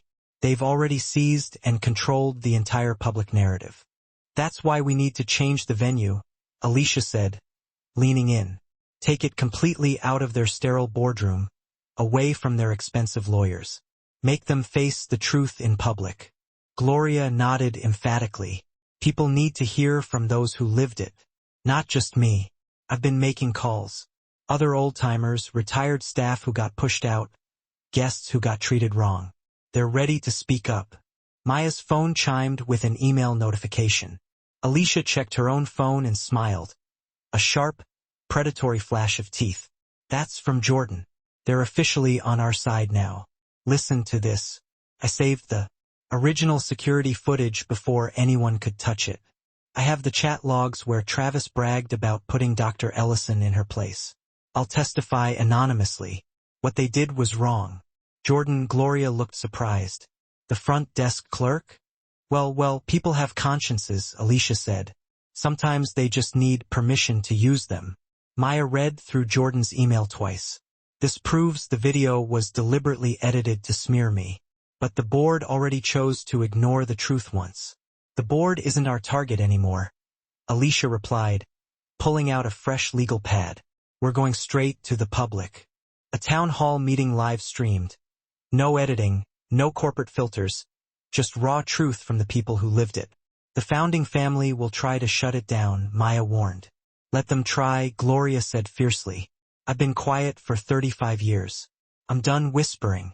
They spent the next hour plotting details. The community center could host within 48 hours. Local civil rights groups would help promote it.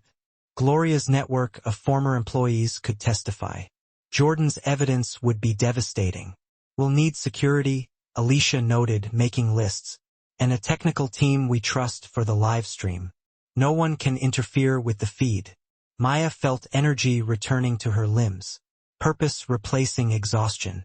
The young woman who left that voicemail. Can we find her? Her story matters too. Already on it. Gloria said she's a regular guest. I have her information. They relocated to Alicia's office that afternoon. The plan taking clearer shape. Maya stood at the window, watching the city she'd fought so hard to succeed in. Behind her, Alicia and Gloria worked the phones, gathering allies and evidence. You'll open the town hall, Alicia said. Then we'll play the unedited footage. After that, a steady stream of testimony, decades of receipts being called in at once. We're not just exposing Travis, Maya realized. We're exposing the whole system that protected him. That's right, Gloria said. Every last ugly piece of it. Maya turned from the window, her voice finding its strength again. If they want a spectacle, we'll give them the truth in front of everyone. The community center ballroom hummed with tension. Every folding chair was filled with people standing along the walls, phones and cameras raised like silent witnesses. Under harsh fluorescent lights, Ma sat on the modest stage in her navy blue dress, flanked by Alicia, Gloria, and 3 civil rights leaders. A large projection screen loomed behind them. Sweat beaded on foreheads in the packed room. The air conditioning struggled against the crowd's collective heat and anxiety. Camera operators from independent media outlets adjusted their equipment, preparing to broadcast everything live. Alicia stepped to the podium, her heels clicking against the wooden stage. "Good evening. We're here tonight for truth-telling." Her voice carried clear and strong through the speakers. The hospitality industry has a long history of discrimination. Tonight, you will hear first-hand accounts of systemic racism at one of America's most prestigious hotels. Accounts that corporate leadership tried to bury. Maya watched the audience lean forward, phone steady, live chat notifications already pinging. She recognized faces, former employees, community leaders, guests who'd faced discrimination. In the back, Jordan stood partially concealed behind a column, wearing a baseball cap pulled low. Gloria rose slowly, her usual limp more pronounced under the bright lights. She gripped the podium with weathered hands.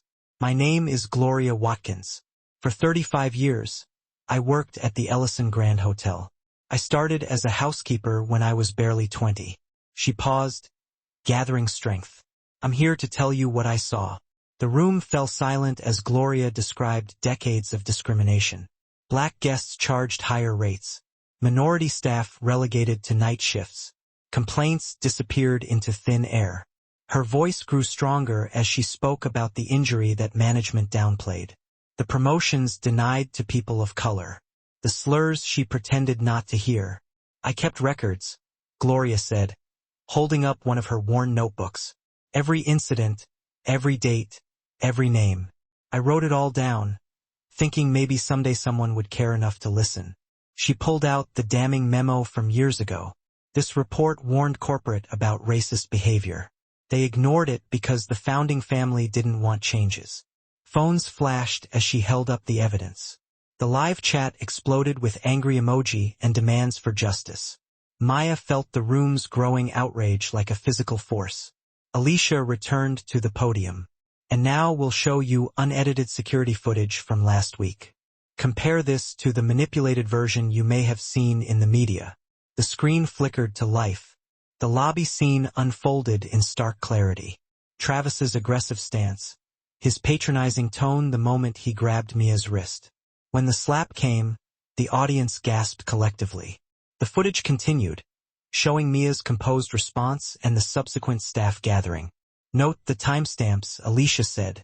"This proves the viral video was deliberately edited to remove the assault and distort Dr. Ellison's actions." Jordan stepped forward, face partially obscured, voice disguised through a microphone. "I was working the front desk that morning. What you just saw is exactly what happened." They described Travis's history of racist behavior, producing screenshots of staff group chats where he mocked minority guests. After the incident, Jordan continued, "Travis ordered us to edit the security footage. He said his family would protect him, that Dr. Ellison would be the one to suffer." They revealed text messages where Travis bragged about putting that woman in her place and coordinating the video leak. The audience murmured angrily. Social media notifications pinged faster now. Support flooding in from viewers worldwide. Alicia displayed corporate documents on the screen. This evidence reveals why Travis felt untouchable. His family, major shareholders in Ellison Hospitality, had been secretly negotiating to sell the flagship hotel to a hedge fund. The deal had one key condition: removing Dr. Maya Ellison as CEO. She outlined the scheme, how Travis's assault was meant to provoke a reaction, how the edited video was prepared in advance, how board members were pressured to support Mia's removal. More witnesses took the stage. Former employees describing years of discrimination. Guests sharing stories of mistreatment. Even a former manager who'd quit rather than enforce racist policies. The young black guest from the lobby incident spoke, voice shaking but determined. "I watched a wealthy white man assault a black woman in broad daylight, thinking he could get away with it. Then I watched that woman stand up with dignity and say, 'No more.' That moment changed something in me." Maya felt tears in her audience's eyes, saw phones trembling in raised hands. The live chat scrolled too fast to read, but the sentiment was clear. Anger, support, demands for justice. Alicia returned for the final revelation. We are announcing civil lawsuits against Travis Cole, the founding family, and board members who enabled discrimination. But there's more. She held up a legal document. Hidden in the investors' agreement is a clause allowing the CEO to trigger a special shareholder vote when faced with documented civil rights violations. The room buzzed with anticipation. This provision lets shareholders strip voting rights from anyone involved in discriminatory practices. Dr. Ellison can force a vote that could remove the founding family's control entirely. In her office across town, Eleanor Briggs watched the live stream with growing horror. She saw the viewer count climbing past 100,000, saw the evidence she'd helped suppress laid bare. Her phone exploded with messages from panicked board members and investors. With trembling fingers, Ella Lehner drafted an urgent email calling for an emergency shareholder meeting within 72 hours. The system she'd protected was crumbling, and she could only watch it fall. The Magnolia Hotel's grand conference hall buzzed with nervous energy. Sunlight streamed through tall windows, highlighting dust motes, dancing above the crowd of shareholders, reporters, and legal teams. Ma sat at a front table beside Alicia. Her navy blue dress a stark contrast against the white tablecloth. Her hands were steady as she arranged her papers, but her jaw remained tight. Eleanor Briggs stood at the podium. Her usual polished confidence dimmed. Dark circles showed through her makeup, evidence of sleepless nights since the town hall broadcast went viral. She tapped the microphone twice, bringing the murmuring room to attention. As board chair, I call this emergency shareholder meeting to order. Her voice wavered slightly. Recent events have raised serious concerns about operations at the Ellison Grand Hotel and corporate oversight of discriminatory practices. She paused, swallowing hard. Given the gravity of these issues, we've agreed to address them immediately. Alicia rose, her heels clicking against the marble floor as she approached the podium. Behind her, large screens flickered to life. Shareholders, what you're about to see represents decades of systemic discrimination at your flagship property. She began methodically. First, Gloria's meticulous records appeared on screen. Dates, incidents, names carefully logged in neat handwriting. Mrs. Watkins documented 372 separate discriminatory incidents over 35 years. The numbers scrolled endlessly. Minority guests charged higher rates. Black employees passed over for promotion. Racial slurs from management. The room shifted uncomfortably as Gloria's recorded testimony played. Her voice, strong despite her age, filled the space. I watched good people quit because they couldn't take the abuse. I watched families turned away for made-up reasons. I kept writing it all down, hoping somebody would finally care. Other testimonies followed. Former bellhops describing segregated work schedules. Desk clerks admitting to coded warnings about certain guests. Managers confessing to ignored complaints. Each story built upon the last, creating an undeniable pattern. Corporate knew, Alicia continued, displaying the old warning memo. They were informed repeatedly. They chose to protect Travis Cole and his family's interests instead. The screens switched to the complete lobby footage. The sound of Travis's slap echoed through the conference hall's expensive speakers. Several shareholders flinched visibly. Maya's composed response played out in real time. No editing, no manipulation. Maya stood, her presence commanding attention. I built this company to create safe spaces, she said, her voice carrying to every corner. I named it Ellison because I wanted my name to mean something different in hospitality. Not just another place where black travelers feel unwelcome, where minority staff suffer in silence. She lifted a document. Article 7, Section 12 of our investor agreement contains a civil rights provision. It allows for the stripping of voting rights from any shareholder bloc found complicit in discriminatory practices or retaliation against those who report them. Her eyes swept the room. I am invoking that clause today. Travis Cole shot up from his seat, face red. This is ridiculous. I was protecting my staff from an aggressive Mr. Cole. Alicia interrupted smoothly. On the screens behind him, his own text messages appeared. Racist jokes about guests, complaints about letting these people into his hotel, detailed instructions for editing the lobby video to make Maya appear unhinged. Travis spun around, saw his words projected 20 feet high, and stumbled over his next sentence. Those are private. These messages show coordination with your family members to orchestrate Dr. Ellison's removal. Alicia continued, they proved the assault was premeditated, part of a larger scheme to trigger the hedge fund sale clause. More evidence filled the screens. Emails between Travis's uncle and the hedge fund discussing terms that required new leadership. Meeting notes where board members were pressured to support Mia's suspension. Travis's gleeful texts about the viral video's impact. Maya addressed the shareholders again. You have a choice today. Stand with documented discrimination and assault or vote to remove those responsible from power. The civil rights provision exists precisely for this situation. Eleanor called for the formal vote. Tablets were distributed to voting members. The room fell silent except for the soft tapping of fingers on screens.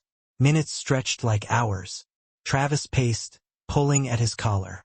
His family members huddled with lawyers, whispering urgently. Security guards moved closer to the exits, watching for trouble. A young clerk collected the tablets and hurried to Eleanor. She stared at the results for a long moment before returning to the podium. Cameras raised, phones pointed. The room held its breath. The motion passes, Eleanor announced, her voice tight. Per Article 7, Section 12, the founding family's voting rights are hereby suspended. All sale agreements predicated on leadership changes are nullified. A wave of whispers swept the room. Travis's face went from red to pale. His hands shook as he reached for his water glass, knocking it over instead. Security personnel edged closer, watching his increasingly erratic movements. The founding family's lawyers immediately huddled, papers flying. Other shareholders began to stand, some looking shocked, others nodding in grim satisfaction. Reporters rushed for the doors, phones already pressed to their ears. Travis stood alone by his chair, tie askew, watching decades of unearned power crumble in real time. His eyes darted between the exits and the security guards behind him. His damning messages still glowed on the giant screens, a testament to his downfall. Camera flashes exploded across the conference hall like lightning. Travis Cole's face contorted with rage and panic as two uniformed police officers approached, their badges catching the morning light. Alicia Ramos stepped smoothly to the side, her expression neutral but satisfied. Travis Cole, the first officer, announced, his voice carrying across the now silent room. You're under arrest for assault and tampering with evidence. The second officer moved behind Travis, handcuffs ready. This is insane. Travis tried to back away, bumping into the table behind him. Water glasses rattled. Do you know who I am? My family built this. Sir, put your hands behind your back. The first officer instructed firmly. When Travis hesitated, the officer added, don't make this worse for yourself. Maya watched from her position at the front table, her face calm, but her eyes intense. The shareholders, still processing their historic vote, turned to witness the spectacle of Travis Cole being handcuffed in his expensive suit. His carefully maintained image of power crumbled with each metallic click of the restraints.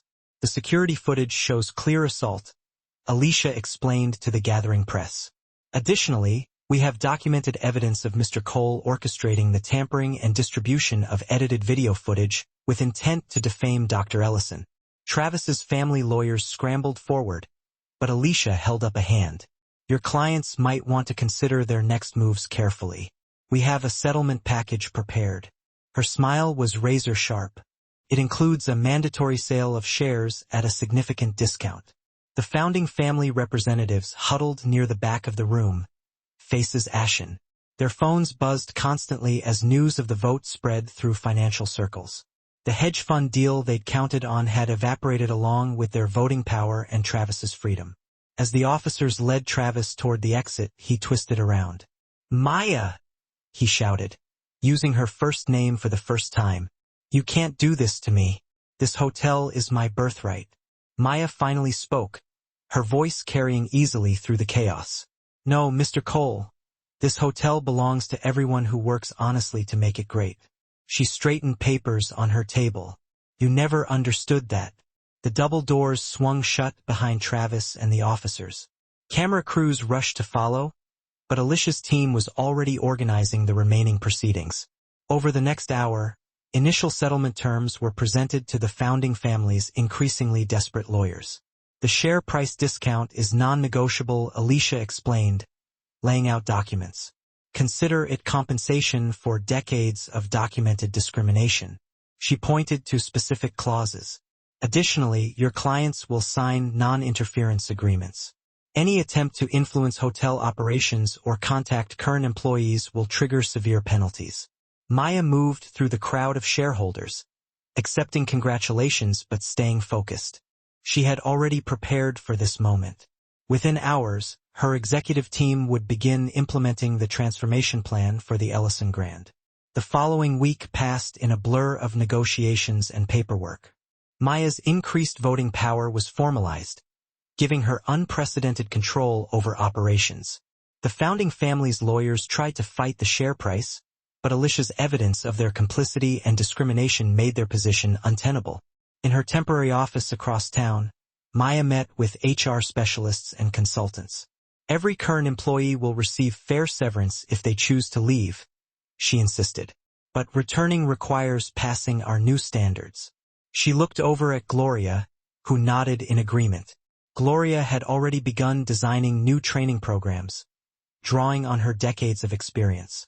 We're not just changing rules, she explained to Maya during a late-night planning session. We're changing the whole culture. Every person who works here needs to understand why.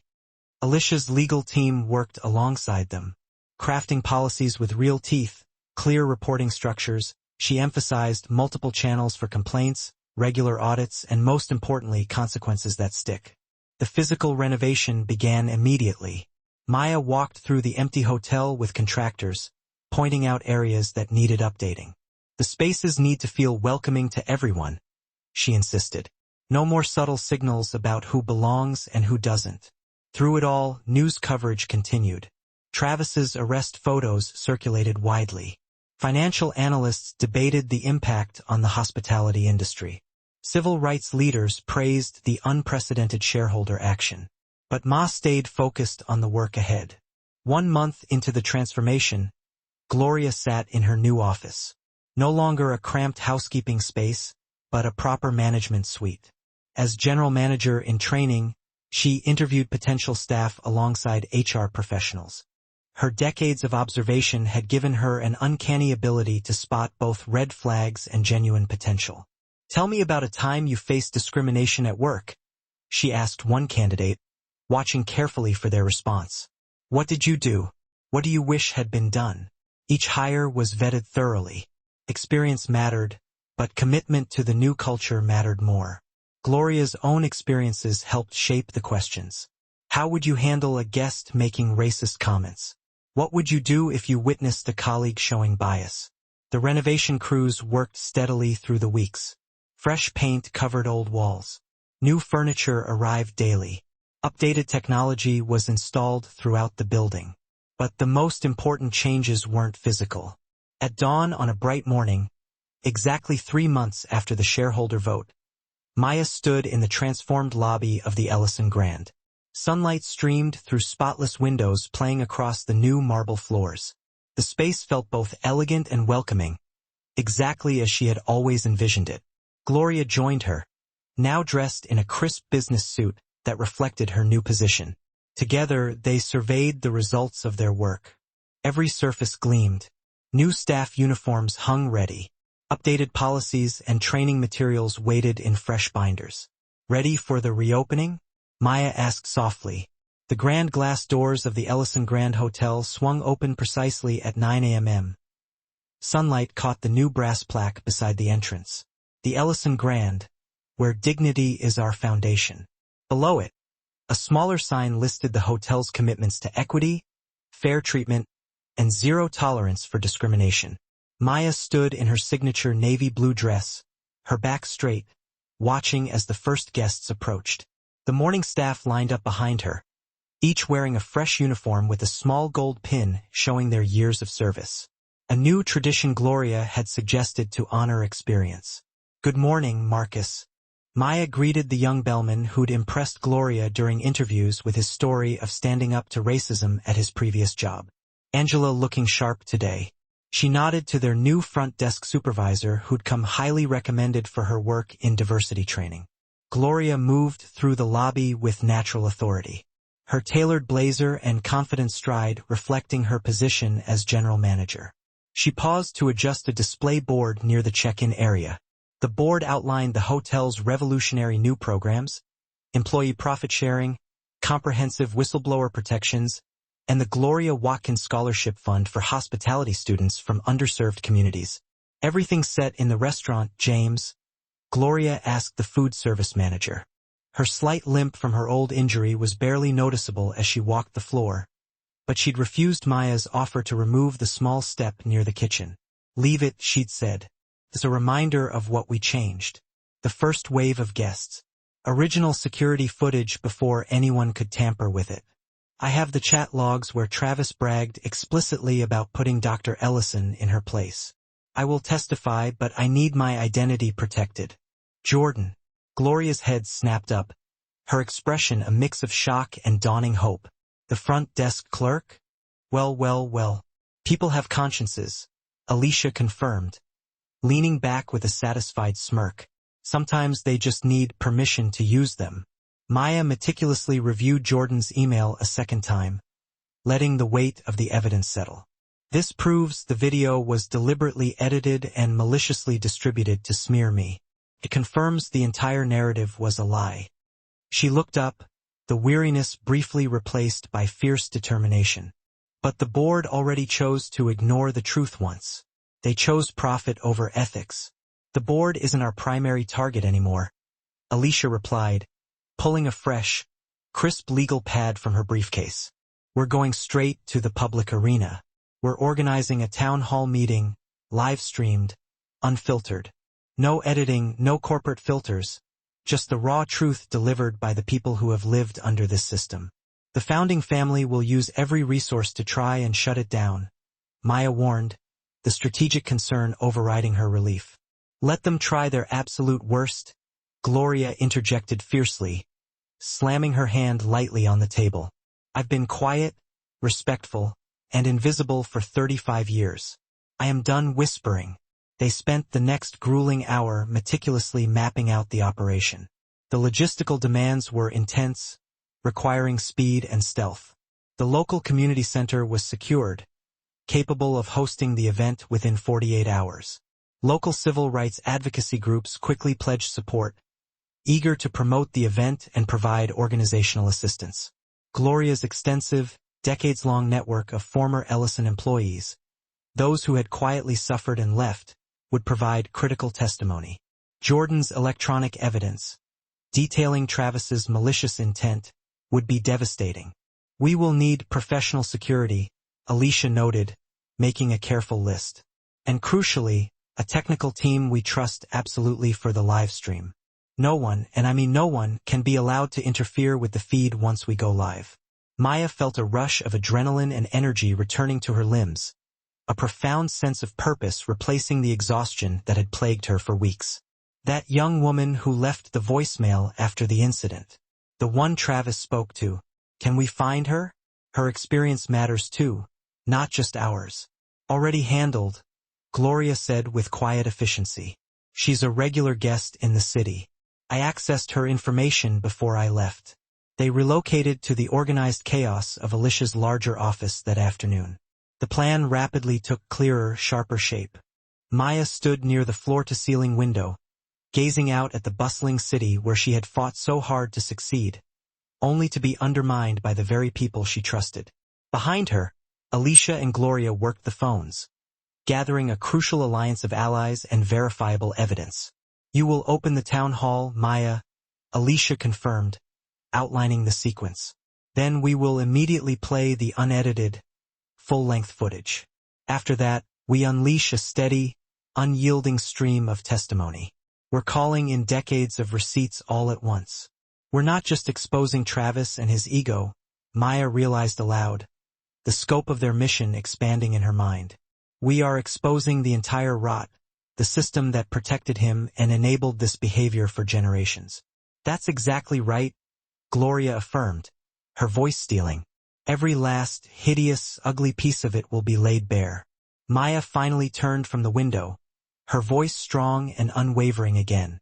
If they wanted a spectacle to ruin me, we will give them the unvarnished truth in front of everyone who is watching. The community center ballroom hummed with a palpable, anxious tension. Every single folding chair was occupied, with lines of people standing along the back walls and in the aisles.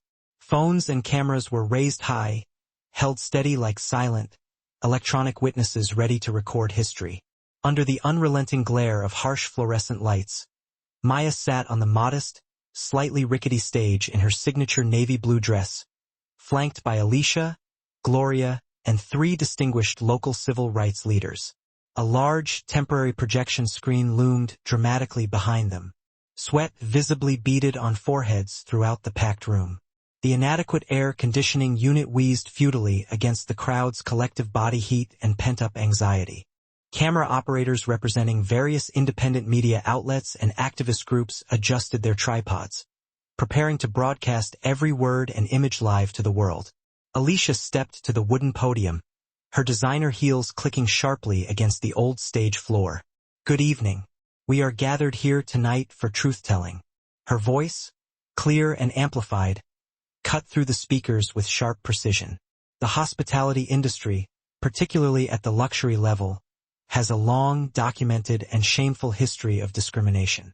Tonight, you will hear first-hand accounts of deep-seated, systemic racism at one of America's most prestigious and outwardly celebrated hotel chains. These are accounts that corporate leadership, protected by decades of complicity, tried desperately to bury. Maya watched the audience lean forward as one, their phones steady, live chat notifications already pinging on the screens of those watching online. She recognized many faces, former employees who'd suffered in silence, local community leaders, and even previous guests who had faced subtle or overt discrimination at the Ellison Grand. In the back, near the entrance, Jordan stood partially concealed behind a thick structural column, wearing a nondescript baseball cap pulled low over their eyes. Gloria rose slowly, her movement deliberate. Her usual limp, caused by the untreated workplace injury, seemed more pronounced under the bright stage lights. She gripped the edges of the podium with her worn, capable hands. My name is Gloria Watkins. For 35 years, I was a devoted employee at the Ellison Grand Hotel. I started as a housekeeper when I was barely 20 years old, putting myself through night school. She paused, taking a slow, deep breath, visibly gathering her formidable strength. I am here to tell you what I saw and what I was forced to endure. The packed room fell into a profound, heavy silence as Gloria began to describe decades of institutional discrimination. Black guests being routinely charged higher, unlisted rates. Minority staff consistently relegated to punishing night shifts with little hope of promotion. And legitimate employee complaints disappearing into the bureaucratic thin air of HR. Her voice grew stronger, fueled by 35 years of unreleased frustration, as she recounted the workplace injury that management had callously downplayed, the promotions consistently denied to qualified people of color, and the vicious racial slurs she learned to pretend not to hear just to keep her job. I kept records, Gloria declared, holding up one of her thick, worn spiral notebooks, its cover frayed from years of being hidden. Every incident, every date, every specific name. I wrote it all down, thinking maybe, just maybe, someday someone would care enough to finally listen. She pulled out a yellowed, damning internal memo dating back almost a decade. This internal report explicitly warned corporate leadership about escalating racist behavior from management. They ignored it entirely, not out of ignorance, but because the founding family decreed that nothing should be changed that might upset their profits. Phones flashed across the ballroom as she held up the physical evidence. The live chat streaming across the bottom of the projection screen exploded instantly with angry emojis, scrolling demands for accountability, and impassioned pleas for justice from around the globe. Maya felt the room's growing, unified outrage like a searing physical force pressing against her. Alicia returned to the podium, her demeanor sharp and prosecutorial. And now we will show you the complete, unedited security footage from last week. We ask you to compare this raw, authenticated video to the manipulated, truncated version you may have seen repeatedly in the media. The projection screen flickered violently to life, transitioning from text to the high-resolution, stark clarity of the lobby scene. Travis's aggressive posture, his patronizing, entitled tone, the shocking moment he roughly grabbed Dr. Ellison's wrist. It all unfolded in real time. When the sickening sound of the slap echoed through the speakers, the entire audience gasped collectively, a single horrified intake of breath. The footage continued, showing Maya's immediate, composed response, and the subsequent rapid gathering of staff. Note the timestamps carefully, Alicia instructed, pointing a laser at the bottom corner of the screen. This proves conclusively that the viral video was deliberately edited to remove the physical assault and drastically distort Dr. Ellison's actions as self-defense.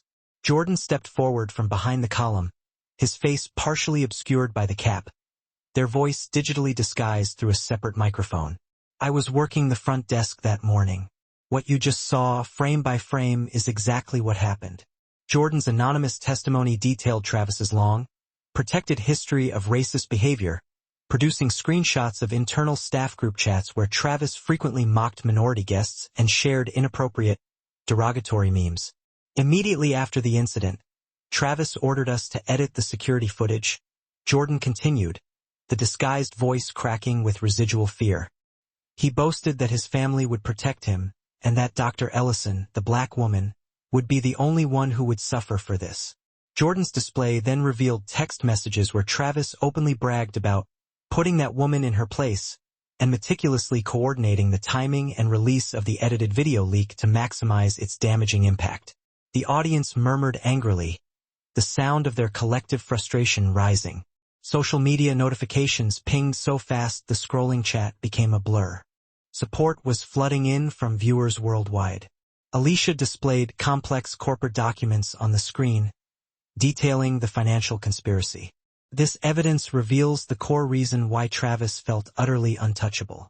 His family, major shareholders and founders of Ellison Hospitality, had been secretly negotiating to sell the flagship hotel to a predatory hedge fund. The entire deal was predicated on one key condition: the swift and forced removal of Dr. Maya Ellison as CEO. She outlined the calculated scheme.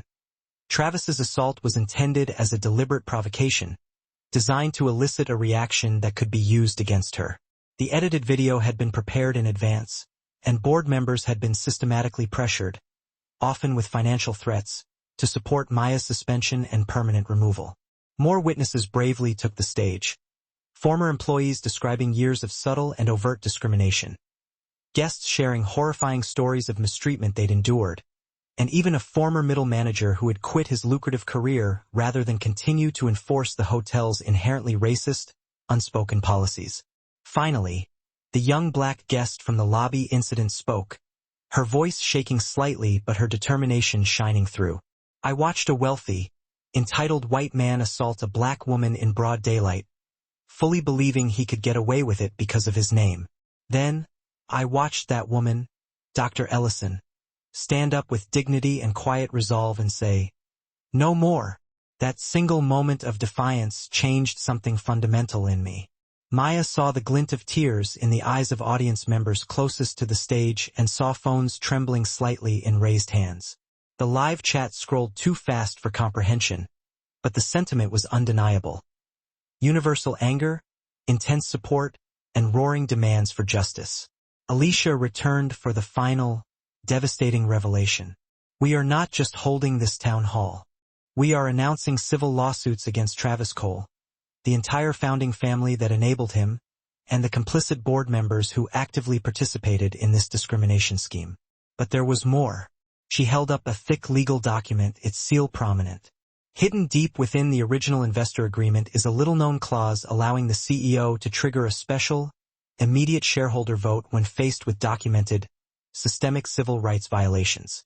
The room buzzed, the anticipation nearly deafening. This provision grants shareholders the power to strip voting rights entirely from any shareholder bloc, regardless of their legacy, found to be involved in discriminatory practices or retaliation against whistleblowers. Dr. Ellison can now force a vote that could effectively remove the founding family's control entirely and permanently. Across town, in her silent, sprawling office suite, Eleanor Briggs watched the live stream with a growing, cold horror. She watched the viewer count soar past 100,000 global viewers, saw the mountain of suppressed evidence she had worked so hard to bury now laid completely bare. Her phone erupted, vibrating incessantly with panicked messages from terrified board members and high-level investors. With fingers visibly trembling, Eleanor drafted an urgent, formal email calling for an emergency shareholder meeting within the next 72 hours. The carefully constructed system she had protected for decades was not just threatened. It was collapsing violently around her, and she could only watch the inevitable fall. The Magnolia Hotel's grand, opulent conference hall buzzed with a tightly coiled, nervous energy. Sunlight streamed fiercely through the tall, arched windows, illuminating dancing dust motes above the crowd of jittery shareholders, aggressive reporters, and heavily armed legal teams. Maya sat calmly at a front table beside Alicia. Her navy blue dress was a stark, intentional contrast against the immaculate white tablecloth. Her hands were steady as she arranged her meticulous papers, but her jaw remained visibly tight with focus. Eleanor Briggs stood at the imposing marble podium. Her usual polished, impenetrable confidence was dramatically dimmed. Dark circles showed clearly through her meticulously applied makeup, evidence of the sleepless, frantic nights since the town hall broadcast went globally viral. She tapped the microphone twice, the sharp noise momentarily bringing the murmuring, anxious room to attention. As board chair, I reluctantly call this emergency shareholder meeting to order. Her voice wavered slightly, strained. Recent, high-profile events have raised extremely serious concerns regarding operations at the Ellison Grand Hotel and, more broadly, corporate oversight of systemic discriminatory practices. She paused, swallowing hard, her authority eroded. Given the unprecedented gravity of these issues, we have agreed to address them immediately and fully. Alicia rose to her feet, her heels clicking authoritatively against the polished marble floor as she approached the podium, a distinct sound of confidence. Behind her, large projection screens flickered suddenly to life, displaying a legal heading. Shareholders, what you are about to see represents documented, irrefutable decades of systemic discrimination and ethical failure at your flagship property. Alicia began methodically. First, Gloria's meticulous records appeared on screen. Dates, specific incidents, names, all carefully logged in Gloria's neat, careful handwriting. Mrs. Watkins, working in the shadows of this organization, documented 372 separate discriminatory incidents over 35 years of dedicated service. The endless list of numbers scrolled across the screen. Minority guests charged higher, unlisted rates. Black employees systematically passed over for promotion in favor of less qualified white staff. Persistent racial slurs used by multiple layers of management. The room shifted uncomfortably as Gloria's powerful recorded testimony played. Her voice, strong and clear despite her age, filled the cavernous space. I watched good people quit this hotel because they could not take the daily emotional abuse. I watched families turned away from the lobby for made-up reasons. I kept writing it all down, meticulously year after year, hoping anybody would finally care enough to listen. Other testimonies followed, building a devastating, layered case. Former bellhops detailed segregated work schedules designed to keep them out of high-visibility guest areas. Desk clerks admitted to using coded warnings to alert staff about undesirable minority guests. Managers confessed to actively ignoring hundreds of complaints. Each story built inexorably upon the last, creating an undeniable, irrefutable pattern of institutionalized rot. Corporate knew, Alicia continued, displaying the old, sealed warning memo on the screen. They were informed repeatedly, systematically, and formally. They chose deliberately to protect Travis Cole and his family's financial interests instead of the integrity of their staff or their guests. The screens switched again, displaying the complete, time-stamped lobby footage. The jarring, unmistakable sound of Travis's slap echoed through the conference hall's expensive, high-fidelity speakers. Several shareholders flinched visibly, covering their mouths. Maya's composed, dignified response played out in agonizing real time. No edits, no manipulation, just the raw truth. Maya stood up, her presence alone commanding immediate, absolute attention. I built this company, and I built this brand, to create safe and welcoming spaces, she said, her voice easily carrying to every corner of the enormous hall. I named it Ellison because I wanted my family name to finally signify something different in the hospitality industry. Not just another place where black travelers feel unwelcome, or where minority staff suffer and endure in silence. She lifted the document containing the crucial legal language. Article 7, Section 12 of our investor agreement contains a civil rights provision. It allows for the immediate stripping of voting rights from any shareholder bloc found complicit in documented discriminatory practices or acts of retaliation against those who report them. Her eyes swept slowly across the faces of the room's most powerful investors. I am formally invoking that clause today. Travis Cole shot up from his seat at a side table, his face turning instantly crimson with fury and shock. This is absolutely ridiculous. I was simply protecting my staff from an aggressive. Mr. Cole, Alicia interrupted smoothly, cutting him off mid-sentence. On the screens behind him, his own text messages abruptly appeared in massive, 20-foot-high font. Racist jokes about specific guests. Explicit complaints about letting these people into his hotel.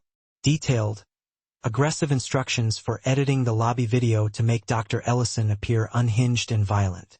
Travis spun around, saw his private words projected for the world's most powerful financial decision-makers to read, and he stumbled over his next, inarticulate sentence. Those are private conversations. These messages clearly show coordination with your family members to orchestrate Dr. Ellison's forced removal. Alicia countered, voice unmoved. They prove definitively that the assault was premeditated and part of a larger, deliberate scheme to trigger the hedge fund sale clause. More layers of evidence instantly filled the screens. Emails between Travis's wealthy uncle and the hedge fund discussing terms that specifically required new, non-Ellison leadership. Meeting notes detailing how board members were unethically pressured to support Maya's suspension. Travis's own gleeful texts celebrating the viral video's damaging impact. Maya addressed the shareholders one final time, her gaze unwavering. You have a choice before you today. You can choose to stand with documented discrimination, violence, and institutional racism. Or you can vote to immediately remove those responsible from the levers of power within this corporation. The civil rights provision exists precisely, and only, for this exact situation. Eleanor, her face rigid with defeat, called for the formal vote. Tablets were swiftly distributed to the voting members. The massive room fell into a profound, anticipatory silence, broken only by the soft, nervous tapping of fingers on the voting screens. Minutes stretched like hours. Travis paced a frantic, tight circle, visibly pulling at his stiff collar. His family members huddled desperately with their lawyers, whispering urgently, their voices tense and defeated. Security guards quietly moved closer to the exits, monitoring for any physical disruption. A young clerk collected the tablets and hurried the data to Eleanor. She stared at the results for a long, frozen moment before returning slowly to the podium. Cameras raised higher. Phones pointed directly at her. The room held its collective breath. The motion passes, Eleanor announced, her voice strained and tight with utter humiliation. Per Article 7, Section 12, the founding family's voting rights are hereby immediately suspended. Furthermore, all sale agreements predicated on leadership changes are nullified. A massive, shocked wave of whispers swept the hall, instantly drowning out the background noise. Travis's face went rapidly from red rage to an ashen, sickly pale. His hands shook violently as he reached for his water glass, only to knock it crashing onto the floor instead. Security personnel edged closer, watching his increasingly erratic movements. The founding family's high-priced lawyers immediately huddled, papers flying as they argued strategy. Other shareholders began to rise, some looking profoundly shocked, others nodding in grim, quiet satisfaction. Reporters rushed for the doors, phones already pressed to their ears, dictating the breaking news. Travis stood completely alone by his chair, his expensive tie askew, watching decades of unearned, inherited power crumble violently in real time. His eyes darted frantically between the exits and the imposing figures of the security guards directly behind him. His damning, racist messages still glowed, enormous, on the giant screens, a permanent testament to his downfall. Camera flashes exploded across the conference hall like chain lightning. Travis Cole's face contorted, a hideous mask of rage and raw panic, as two uniformed police officers approached him, their polished badges catching the morning light. Alicia Ramos stepped smoothly to the side, her expression perfectly neutral but profoundly satisfied. Travis Cole, the first officer announced, his voice firm and carrying clearly across the now silent room. You are under arrest for assault and tampering with evidence. The second officer moved precisely behind Travis, handcuffs ready. This is insane. Travis tried desperately to back away, bumping hard into the table behind him, causing the remaining water glasses to rattle violently. Do you know who I am? My family built this. Sir, put your hands behind your back immediately, the first officer instructed firmly. When Travis hesitated, the officer added, his tone hardening, do not make this worse for yourself. Maya watched the spectacle unfolding from her position at the front table, her face calm, but her eyes burning with intense, righteous focus. The shareholders, still processing the immensity of their historic vote, turned as one to witness the ignominious end of Travis Cole, handcuffed in his custom-tailored suit. His carefully maintained image of absolute power crumbled completely with each metallic click of the restraints. The security footage presented here shows clear, documented assault, Alicia explained to the crush of gathering press, ensuring her voice carried. Additionally, we have overwhelming, documented evidence of Mr. Cole orchestrating the tampering and distribution of edited video footage with the clear intent to defame and destroy Dr. Ellison's career. Travis's family lawyers frantically scrambled forward, shouting legal advice, but Alicia held up a commanding hand. Your clients might want to consider their next legal moves with extreme care. We already have a settlement package prepared for the entire founding family. Her smile was razor-sharp, entirely devoid of warmth. It includes a mandatory, non-negotiable sale of all their shares at a significant discount. The founding family representatives huddled desperately near the back of the room, their faces pale and ashen. Their phones buzzed relentlessly as the news of the vote spread like wildfire through global financial circles. The lucrative hedge fund deal they had hinged their entire strategy on had evaporated, along with their voting power and Travis's immediate freedom. As the officers led Travis toward the exit doors, he twisted around violently. Maya! He shouted, using her first name for the first and last time. You can't do this to me. This hotel is my birthright. It belongs to me. Maya finally spoke, her voice carrying easily through the residual chaos and the shouts of the press. No, Mr. Cole. This hotel belongs to every single person who works honestly and with dignity to make it great. She straightened the papers neatly on her table, dismissing him with the gesture. You never understood that. The heavy double doors swung shut definitively behind Travis and the police officers. Camera crews rushed to follow them out, but Alicia's team was already efficiently organizing the remaining legal proceedings. Over the next hour, initial settlement terms were presented to the founding family's increasingly desperate legal counsel. The share price discount is non-negotiable, Alicia stated flatly, laying out a thick stack of documents. Consider it reparations and compensation for decades of documented, systematic discrimination. She pointed to specific clauses. Additionally, your clients will sign comprehensive, binding non-interference agreements. Any attempt whatsoever to influence hotel operations or contact current employees will trigger immediate, severe financial penalties. Maya moved through the crowd of shareholders, accepting muted congratulations, but remaining laser-focused on the operational future. She had prepared for this moment for years.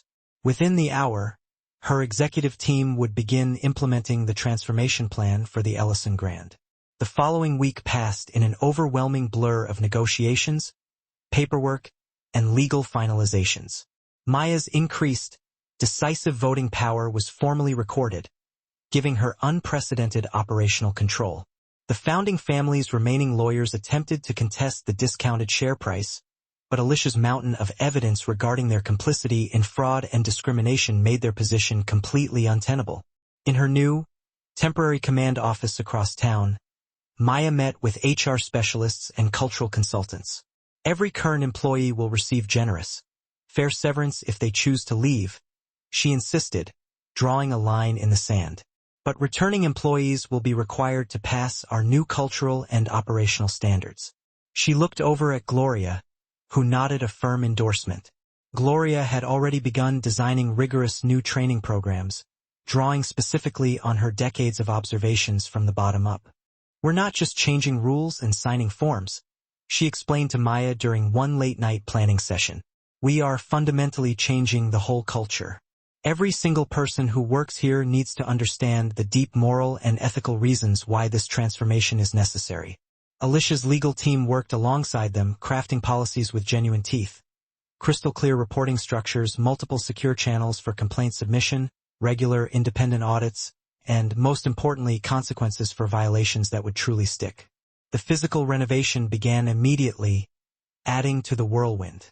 Maya walked through the grand, temporarily empty hotel with contractors, pointing out specific areas that needed immediate updating. The spaces need to feel genuinely welcoming to everyone, she insisted.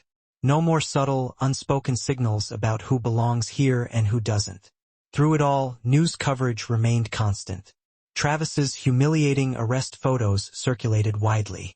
Financial analysts debated the unprecedented impact of the shareholder action on the entire hospitality industry. Civil rights leaders worldwide praised the swift, decisive shareholder intervention. But Maya stayed resolutely focused on the complex, demanding work ahead. 1 month into the transformation, Gloria sat in her sparkling new office. It was no longer a cramped, windowless housekeeping utility space, but a bright, spacious, proper management suite. As general manager in training, she interviewed potential staff alongside the professional HR team. Her decades of meticulous observation from below had given her an uncanny, powerful ability to spot both immediate red flags and untapped, genuine potential. Tell me about a time you faced discrimination at work, she asked one candidate, watching carefully for their nuanced response. What did you do in that moment? What do you wish had been done differently by leadership? Each hire was vetted thoroughly, not just for skill. Experience mattered, of course, but an unquestionable commitment to the new culture of equity mattered infinitely more. Gloria's own painful experiences helped shape the new interview questions. How would you handle a guest making overtly racist comments? What would be your immediate, mandated action if you witnessed a colleague showing undeniable bias? The renovation crews worked steadily through the following weeks. Fresh, vibrant paint covered the old, institutional walls. New, contemporary furniture arrived daily. Updated technology was installed seamlessly throughout the building. But the most important, lasting changes everyone knew were not physical. At dawn on a bright, clear morning, exactly 3 months after the historic shareholder vote, Maya stood alone in the transformed lobby of the Ellison Grand. Sunlight streamed through the spotless, enormous windows, reflecting warmly across the new marble floors. The space felt simultaneously elegant and genuinely welcoming, exactly as she had always envisioned it would be. Gloria joined her, now dressed in a crisp, flawlessly tailored business suit that reflected her new, permanent position. Together, they surveyed the final, profound results of their shared work. Every surface gleamed with purpose. New staff uniforms hung ready for distribution.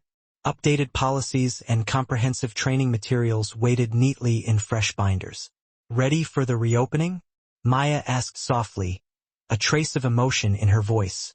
The grand glass doors of the Ellison Grand Hotel swung open precisely at 9 a.m. Sunlight caught the polished new brass plaque mounted beside the entrance. It read, "The Ellison Grand, where dignity is our foundation." Below it, a smaller, permanent sign listed the hotel's revolutionary, explicit commitments to equity, fair treatment, and absolute zero tolerance for discrimination.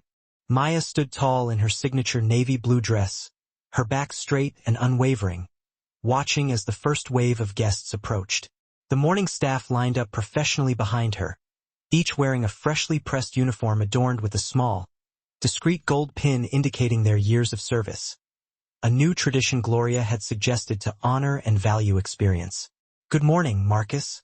Maya greeted the young bellman who had profoundly impressed Gloria during interviews with his detailed story of standing up to systemic racism at his previous job. "Angela, looking sharp today." She nodded to their new front desk supervisor, who had come highly recommended for her specialized work in mandatory diversity training. Gloria moved through the lobby with a natural, earned authority. Her tailored blazer and confident stride reflected her new, undisputed position as general manager. She paused to adjust a display board near the check-in area. The board outlined the hotel's revolutionary new programs: employee profit sharing, comprehensive whistleblower protections guaranteed by policy, and the establishment of the Gloria Watkins Scholarship Fund for hospitality students from underserved communities. "Everything set in the restaurant, James?" Gloria asked the food service manager. Her slight, residual limp from her old, downplayed injury was barely noticeable as she walked the floor, but she had adamantly refused Maya's offer to remove the small step near the kitchen entrance. "Leave it," she had insisted. "It's a necessary reminder of exactly what we changed here." The first wave of guests filtered in, gazing with appreciation at the light, airy space. Entered, including an older black couple shepherding 3 excited grandchildren. The scene was one of familial joy, but Maya watched discreetly as Angela welcomed them, noticing the instantaneous, subtle stiffening in the grandmother's shoulders, a reflexive brace against an anticipated slight, honed by decades of being judged, scrutinized, or outright dismissed at upscale establishments. "Welcome to the Ellison Grand, Mr. and Mrs. Washington," Angela smiled warmly, projecting genuine openness as she effortlessly used their name, pulled naturally from the reservation system. "I see you're celebrating a very special birthday." She gestured toward the youngest child, whose face was a beacon of 8-year-old excitement. "That's right," Mrs. Washington confirmed, her voice still cautious, laced with residual wariness. "Our grandson Marcus is turning 8. "Wonderful. Then you'll be especially pleased with your room assignment. We've taken the liberty of upgrading you to our largest family suite on the top floor. It has an exceptional view of the park and enough space for everyone to relax." Angela's sincere, unfaltering warmth seemed to momentarily disarm them. "And our children's program has special activities planned for this afternoon. A scavenger hunt ending in a giant sheet cake. If you're interested, we can register them immediately." Maya noticed the profound, subtle shift in Mr. Washington's posture. He straightened, his shoulders dropping, as he realized no extra questions were forthcoming. No invasive requests for multiple forms of identification. No unnecessary credit card holds that suggested suspicion of insolvency, and certainly no suspicious glances directed at their modest luggage. It was simple, dignified service, a profound sense of acceptance that transcended mere customer service. Across town, in the dim, stale interior of Ali's bar, a fundamentally different scene played out. Several former Ellison Grand employees sat hunched over the sticky countertop, nursing afternoon beers. Their collective gaze was fixed sullenly on the mounted television above the bar. A news anchor's voice cut through the quiet, punctuated by the clink of glasses. Former hotel manager Travis Cole appeared in court today, facing a host of serious charges including assault, evidence tampering, and misappropriation of corporate funds. Cole, whose family once held significant sway within the Ellison Hospitality Group, was famously caught on camera assaulting CEO Dr. Maya Ellison in the hotel's main lobby. The footage played again. The brutal flash of Travis's hand striking Maya's face, followed by quick cuts of him being led, pale and struggling, from the shareholder meeting in handcuffs. The segment then cut to business analysts sitting in brightly lit studios, unanimously praising the hotel's recent transformation. The Ellison Grand's new employee-focused model is already showing remarkably promising early results. A commentator with polished silver hair explained authoritatively, profit sharing, enhanced diversity training, strict anti-discrimination policies, and a complete cultural overhaul have created what industry experts are calling the new standard in luxury hospitality management. Mike, a former security guard who had stood by and even laughed during the original assault incident, stared miserably into his beer foam. "Should have known better," he muttered, shaking his head slowly. "Should have stopped him. Like you could have," snapped Jenny, an ex-desk clerk, her voice still edged with the corrosive bitterness of her summary termination. "Travis owned that place. You didn't dare cross him." "No," countered Carlos, their former maintenance supervisor, tipping his glass back. "Dr. Ellison owned it. We just forgot whose name was really on the building, and who we were actually supposed to be serving." Back in the gleaming, sun-drenched lobby, the morning continued smoothly, flowing with a controlled energy. Every guest received the same meticulous, attentive service. Every request was met with equal respect and priority, regardless of appearance or background. The new staff moved with deliberate purpose. Their extensive training in cultural sensitivity was evident in the fluid, respectful choreography of each interaction. Jordan, now working in compliance and oversight, conducted subtle observations from an inconspicuous chair near the business center. Their small, leather-bound notebook recorded only positive interactions, a dramatic, welcome change from the exhausting old days of documenting racial slurs, unfounded complaints, and targeted exclusions. Gloria paused near the front desk, watching a young Asian family check in. The clerk pronounced their complex family name perfectly on the first attempt, and processed the reservation without a single misstep or unnecessary request for redundant identification. A small, profound smile played at Gloria's lips as she remembered the painstaking, careful hiring process, the long hours spent role-playing difficult scenarios, the unwavering emphasis on cultivating genuine respect, not just rehearsed, superficial politeness. The Washington family soon returned from touring their upgraded suite, the grandchildren's eyes wide with breathless excitement over the space and the view. Mrs. Washington, the grandmother, noticed Maya standing quietly near the concierge desk and approached her slowly, deliberately. "Dr. Ellison," she said softly, her voice thick with stored emotion. "I recognized you from the news footage. I knew I had to tell you something." She reached out, gently clasping Maya's hand. Her eyes were bright, unshed tears gathering at the edges. "When I was younger, hotels like this, built like this, they used to turn us away. They made us feel so small. They made us feel like we didn't belong anywhere near this kind of luxury." Maya clasped the older woman's hand tightly in return, feeling the deep, generational weight of shared history, the history of exclusion and the struggle for recognition, connecting them across the polished marble floor. The intense morning light streamed through the towering lobby windows, illuminating the intricate gold lettering that proudly spelled out her family name above the entrance. "Not anymore," Maya answered, her voice firm, resonating with conviction, yet gentle. "Not in this house. Not under my watch. Not ever again."